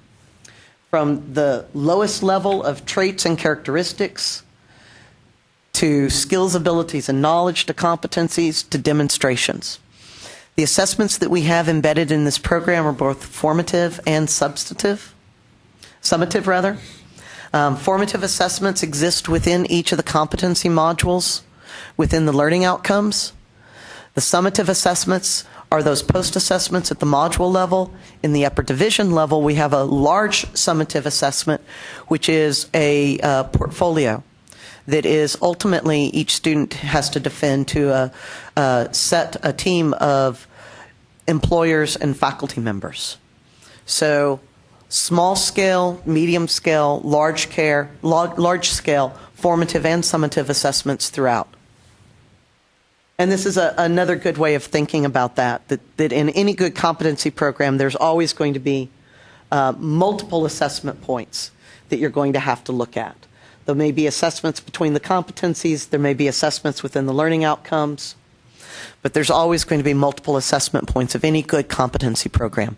And these assessments are not fill in the blank or multiple choice. That's one of the other myths of competency-based assessment. Just having students take a bunch of standardized exams like CLEP. It's not the case. In our program, the assessments, what those assessments are, vary according to the discipline and according to what the faculty members said they should be. And it's everything from students uploading speeches to writing research papers, to doing short answer, to doing applied problems, to creating works of art and explaining them. It's whatever the faculty member deemed the most appropriate assessment for that competency. And I've looked at almost every single one of those that's been developed so far. And I have to tell you, they're not easy. They're not easy at all. They're a lot harder than what I saw myself and some of my colleagues do in the classroom. They're certainly, I think, much more difficult than what we see AP and CLEP exams show. So a student who scores an 80 on these things, they know their material. This isn't a gimme. It's not a diploma mill. We also use technology to do this, and leveraging technology is really key. It's not the most important thing. Students and faculty are the most important thing. The people are the most important thing. But one of the ways that we begin to be able to scale, one of the ways that we're able to address affordability and efficiency is through thinking about how we use technology. We have to have solid learning management systems in place. We have to have a good student information system in place. Many institutions are moving to develop and implement customer relationship management systems to help with advising and tracking of contact with advisees. But most important in all of this, I'm coming to believe, are the role of predictive analytics. And notice, this isn't learning analytics, this is predictive analytics. We've dabbled in learning analytics for a while. Many of you use Starfish, or you may use some other sort of system. That helps raise flags for when students are in need, but those systems always still depend upon humans raising those flags. And they just tell us when there's a problem. They don't tell us before there's a problem. Predictive analytics systems, as they're beginning to be developed, and we're still, I think, very early in this, have the ability to not just tell us when a problem is, but to begin to tell us before the problem exists. To look at a student's performance and see how that looks compared to other similar students, and be able to raise a warning flag automatically that says, hey, this student may not have a problem yet, but they're probably really close based upon their performance in this set of characteristics. And there's some really exciting work that I think we're beginning to see different companies doing. Our institutions have actually partnered with Civitas Learning. They're part of Civitas's pioneer group of institutions. And the type of application that's being developed for them is such that it's a very simple but yet complex UI based in the cloud. A coach or a faculty, a content instructor logs in. They see a series of circles that represents their students, red, yellow, green. They can click on one of those circles and it automatically delves in and it shows trending patterns and all sorts of other more specific pieces of data.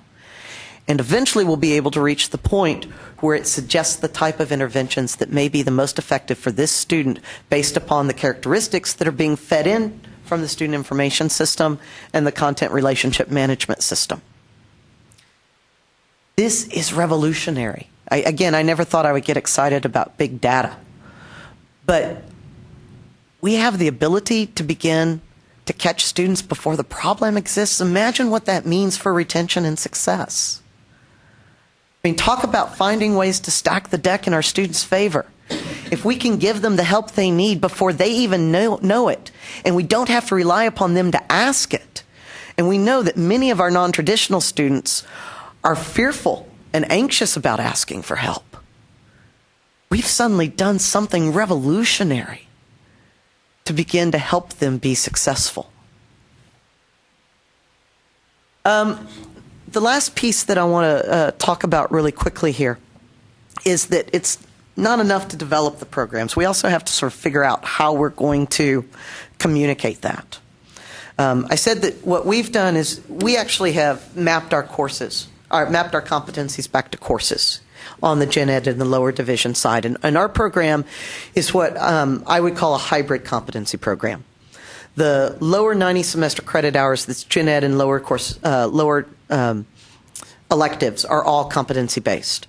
The upper coursework, the upper 30 semester credit hours, is accelerated coursework. And we did that very purposefully.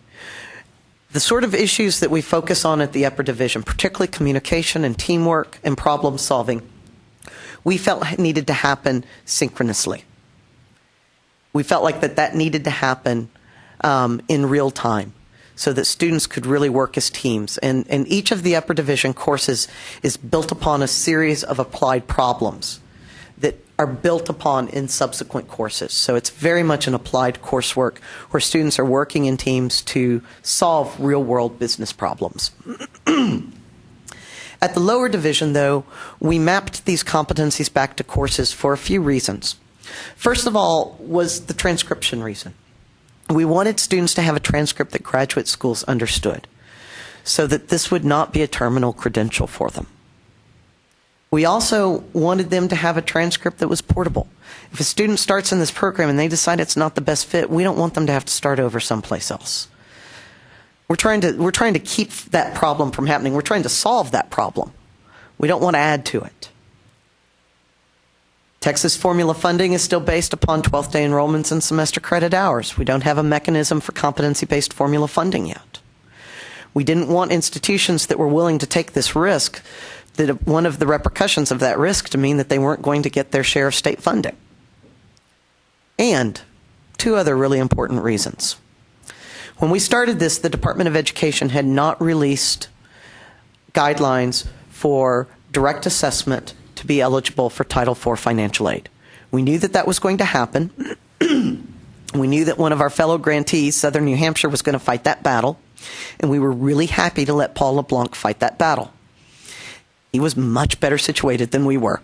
And besides, we were trying to develop a program from scratch that would go from idea to implementation in 12 months.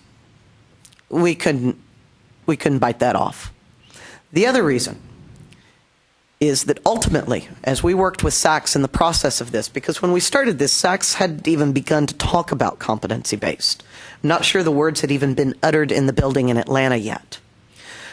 We ended up working with them very extensively this last year, as did Lipscomb and Kentucky Community and Technical College System. The policy that SACS eventually adopted, and we had some input into that policy, was that if you're course-based, it usually is not going to trigger a substantive change proposal. What they're concerned about is direct assessment. Direct assessment programs are those programs like what Southern New Hampshire runs, where there is not a clear link to courses. There is not really curriculum that students may be moving through. What it is a series of assessments.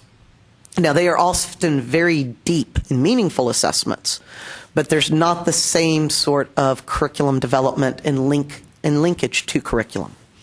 And then also financial aid. It is, Department of Ed still does not really know how they're going to handle financial aid and direct assessment programs. They've said it's possible. Only 2 institutions have received approval to do that, Southern New Hampshire and I believe Capella's nursing program. No one else has actually made it through the process yet. It's pretty easy for us to map 2 7-week terms to a regular semester to make this fit into our institution's satisfactory academic progress policies for financial aid. So our students are eligible for federal financial aid, and most of the students enrolled in the program are receiving federal financial aid. There have been some challenges. If any of you want to do this, I would applaud you to do it and urge you to do it. I will tell you, though, that faculty are not the biggest challenge that you're going to face, regardless of what people say. We found that faculty really began to be excited about this work and embraced it. The biggest challenge is the back-end business systems and processes. It is nothing short of an unmitigated nightmare to get a student information system and a learning management system to think about course constructs that are not 3-semester credit hour courses. We have no automatic enrollment in the learning management systems right now. It's being done manually. That's not sustainable. We have Blackboard Learning Solutions working on creating Gapware for us. We're not alone. Every other program in the nation that's doing competency-based education is encountering similar problems. None of the learning management systems know how to think about competency-based education yet. They all think about 3-semester credit hour courses with unique course IDs. Student information systems do the same thing. We're not even trying to get Banner to change its processes. We didn't even go that route. It won't ever happen, probably. It requires a lot of rethinking of institutional policies. It requires a big commitment on the part of the institution's leadership. These programs aren't cheap to create. $1 million didn't even come close to covering the costs. The financial projections that we ran as part of the grant, though, show that by the end of the 5th year, we think that the program will be self-sustaining and will be self-sustaining to the point that it's running several $100,000 in the black for each institution per year. We're starting with a goal of 200 students at the end of this calendar year between the two schools, and looking to double enrollment with an 80% retention and success rate every year after that. That grows much faster than anything that I dare say is on anyone else's campus in this state. And when you grow that large, when you can begin to scale, when you can begin to use technology to make your humans the most efficient and actually improve the learning experience for students, we think that you really do get that level of success. So that is a brief whirlwind competency-based 101 and a little bit of an idea about what that looks like at Commerce and South Texas College.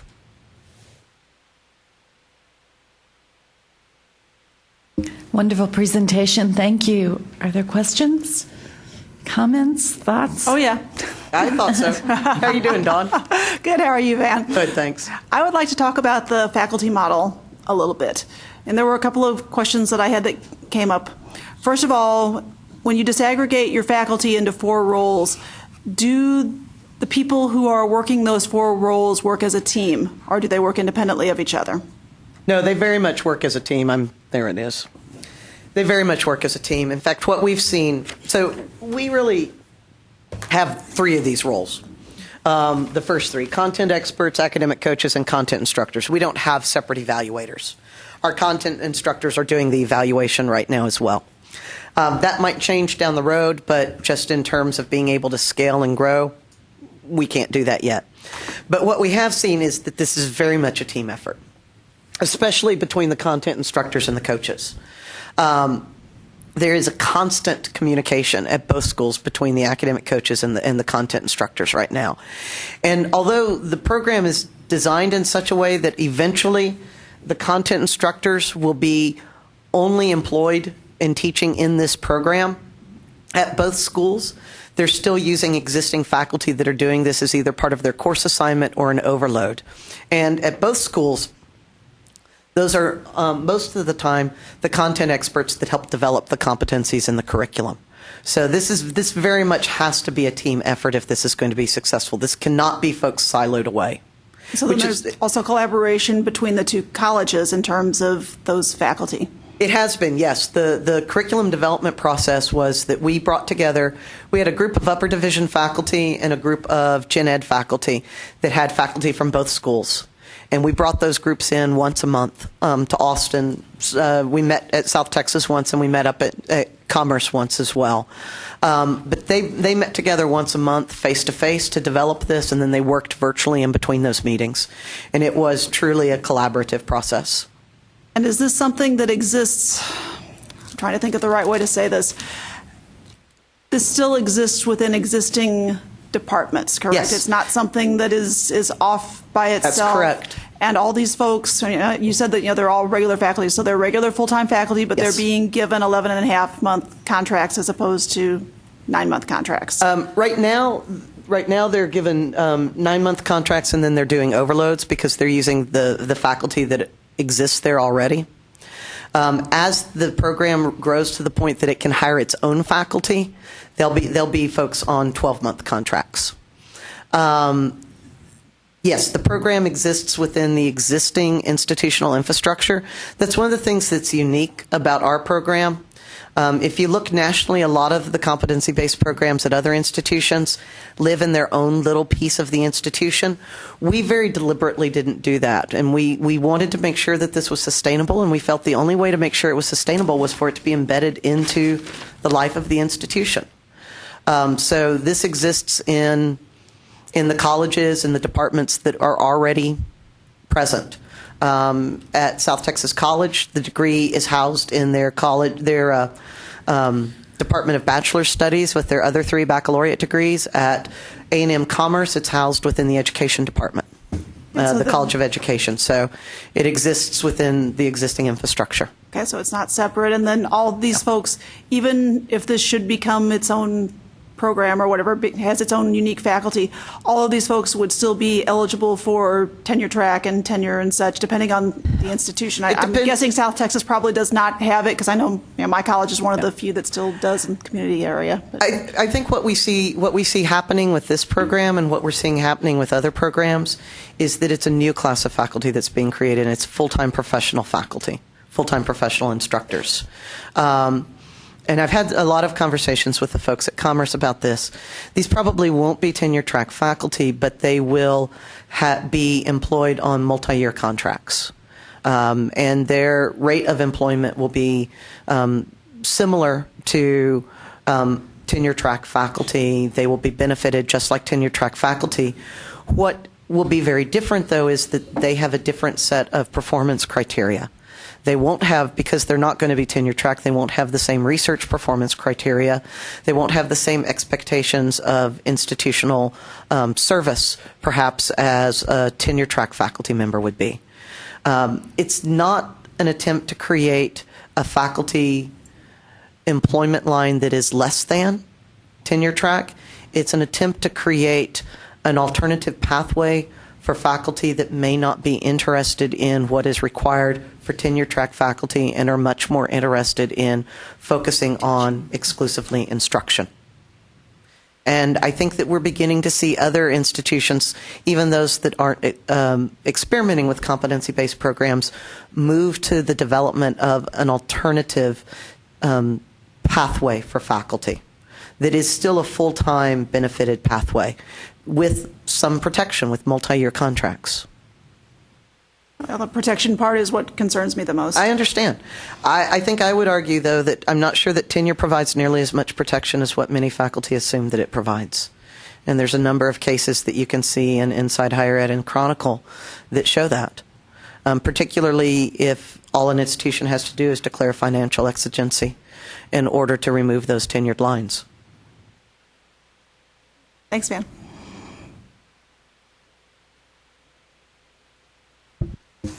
Can you talk real quick about the impact on non-competency-based courses that those courses are having? We haven't seen any impact at all yet, actually.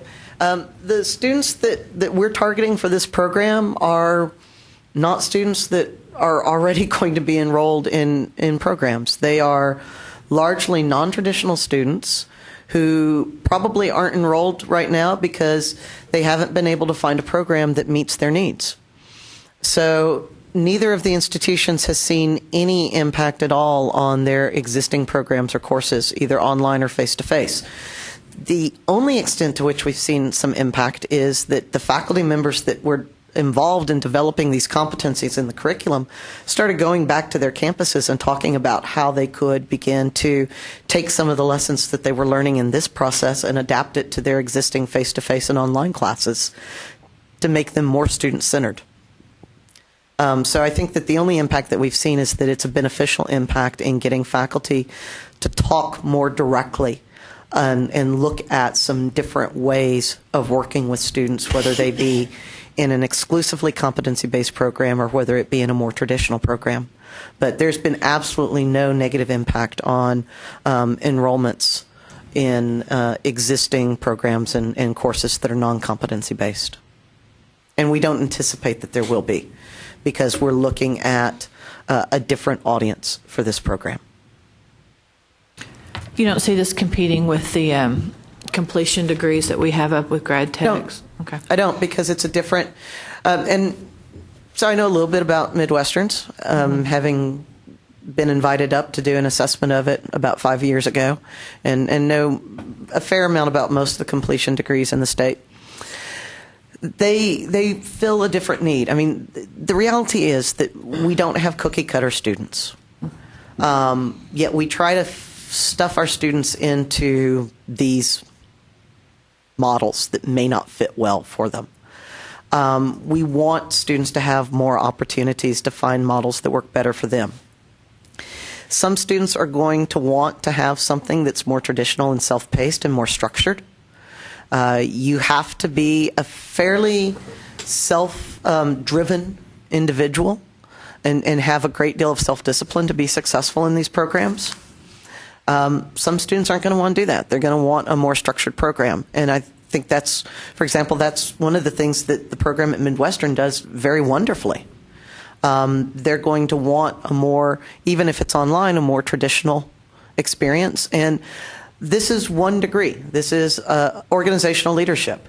You have an enormous number of students that go through criminal justice at Midwestern, even though it may not be an official track. It's the same way, you know, Patrick, the programs you have at UNT. This is a different content area and a different modality. And so, you know, we've got 3.6 million adults in Texas with some college credit and no degree. There's a lot of students to go around. So I don't think it's ever going to do away with face-to-face or online programs. This is just another modality, another pathway that may be more appealing for some students than it is for others. I may have missed it, but was it based on 15-week semesters or is it 7-week terms? So is that what's interfering with the Banner and financial aid? Because you guys are doing that successfully in it's the problem with Banner and the Banner issue. It has to do with the fact that students are enrolled in competency modules, and so getting the SIS and what they get. The way that they get a grade on their transcript is that we ask the faculty to weight the post-assessments for the competencies associated with each course. That was actually the very last thing we did. I told them that they couldn't even say the word course for the first few months. And then at the very last thing I asked them to do was, now tell me how these competencies map back to courses and how you want to weight them for a grade. And so the challenge is both getting the students automatically enrolled in the LMS, but also then getting the assessments, getting the final post-assessment scores averaged according to those weights and automatically back in to Banner for the transcript. And that's, you would think it would be somewhat easy to do, but it's not by any stretch of the imagination. Now, the nice thing is that 2 7-week terms maps to the existing satisfactory academic progress policies that the campuses have, so it works really well for financial aid. And that we run 6 7-week terms. Each term costs $750. That includes tuition fees and all learning materials for the lower division. A student can complete the program. If they come in just needing the upper division, they complete it in 1 year for probably around 12 to 14,000, about 12,000, actually less than that, I'm sorry. If they just need 1 year, then they come in and they can complete it for around 5,000, 6,000. If they come in with some credit, it's going to depend upon how quickly they work through the lower division competencies. If they come in with absolutely nothing, we think that they can easily complete in 3 years for around 13,000 to 15,000. And that's all inclusive.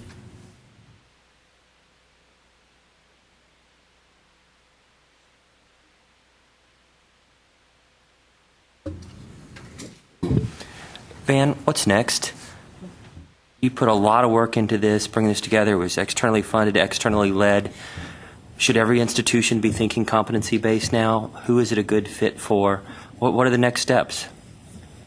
I don't think it's a good fit for every institution. And we've been very clear, and the commissioner's been very clear all along, that this is not going to be the best fit for every institution. I think we're starting to get a handle on the institutional characteristics that makes this a good fit. Some of the research that Gates is one of the primary funders for EDUCAUSE for these grants, and some of the research that they're interested in actually is trying to understand what are the institutional characteristics that make these programs more successful and possible. I mean, certainly one of the things that we've seen is that you have to have leadership that's willing to take a risk.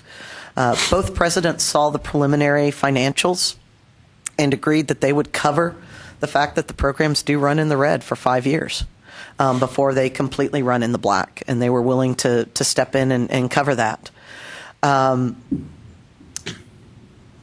Commerce, Dr. Jones actually decided that he would be the content instructor during the first term for the English composition competencies because he wanted to understand how it operated if he was going to be leading an institution doing it and asking faculty to do it.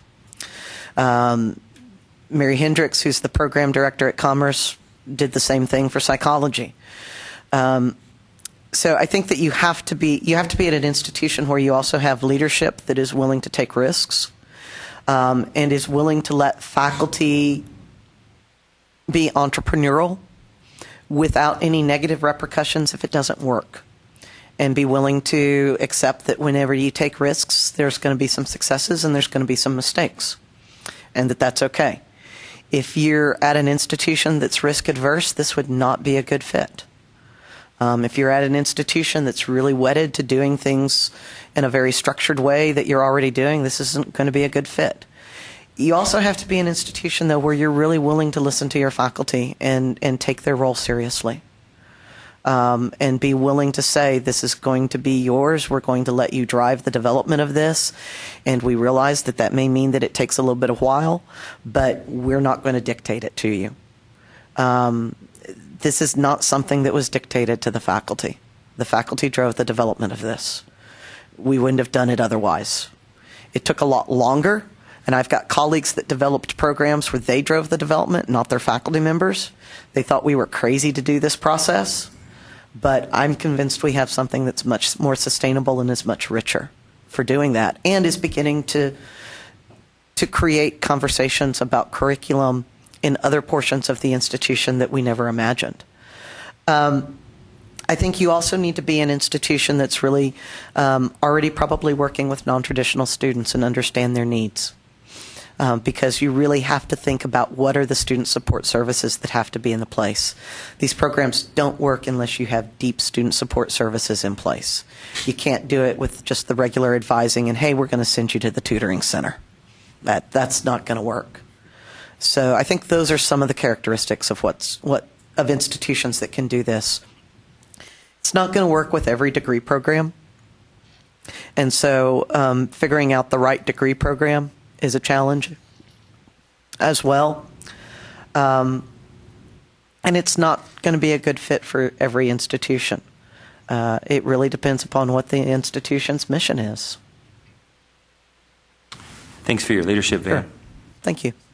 Yes, thank you very much. It's been a very interesting, eye-opening program. Some of the things you're talking about, though, the faculty, I mean, in a lot of ways, that's the community college faculty already, that wasn't into the research as much. So I think there's just probably an expansion of the university role, and this is a good model with the two schools that are working on this. So, and thank you again for your leadership. And that is very good. I will say we do have Austin Community College and Lone Star also working on competency-based programs right now, as is TSTC Harlingen has launched a competency-based workforce certificate that is currently pending Department of Education direct assessment approval. So the institutions that are starting to work on it in Texas are the community colleges.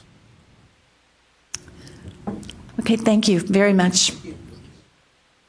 Looked like we had one other issue on the agenda that was just brought up, and Patrick? I think each of you received an email from me about a week ago about an issue that I raised around financial aid for distance education students. And this was based on information I'd gotten from my financial aid office after hearing from one of my faculty recruiting out in the field that a student was being required to come to campus to provide their proof of citizenship. They were in California. And so I contacted our financial aid office and said, is this true? Does she really have to come in person, walk into your office, present proof of citizenship, and then, she can fly back to California? And they said, yes, in fact, that's the case, and it's based on recent changes in the Student Financial Aid Handbook published by Department of Education, and she quoted the portion that applied, and it reads as follows. Generally, immigration documents by law cannot be photocopied. However, a financial aid administrator can only photocopy original documents presented by the individual in person for purposes of Title IV aid. The student must present the citizen documentation in person so the financial aid administrator or properly designated school official can see to the best of his or her ability that the document is not a forgery before proceeding to then make a photocopy of that document. Notarized copies of these documents are also not acceptable unless they're also presented in person with the originals.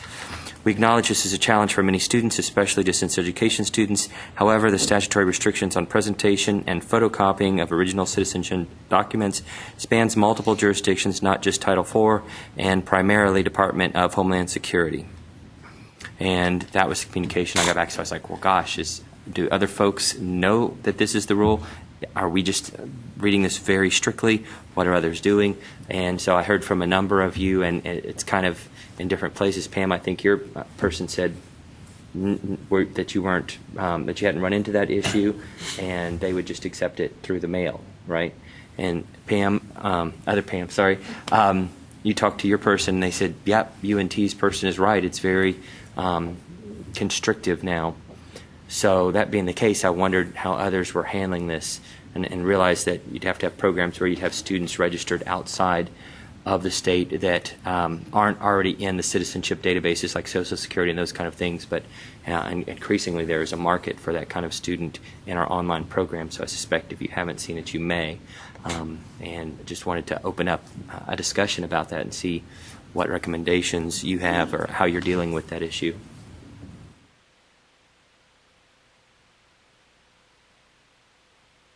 Can I ask how many? Do you know how many students are doing this? This was one of the questions I had. I know it has to be a student who's not being verified, right, by FAFSA. So, yeah. And I know I don't have a sense for how many we are likely to see. This is the first one that's come on radar. The change was actually made at our institution back in October of last year, and this is the first student who it has ensnared. So it may not be real likely for this one student. It's a great impact to them. They really don't have the luxury of the extra expense of flying in just to present paperwork. And I suggested alternatives such as, could we have them send it to a representative here, registered, insured, mail, have it presented, and bring them in live via video conference while that is being reviewed. And no, that wasn't acceptable either. So. And I have a feeling we just haven't been caught. Most of our online programs are our master's programs, they're health science programs, they're people who are already working. Citizenship is not an issue, and so our international body is on campus.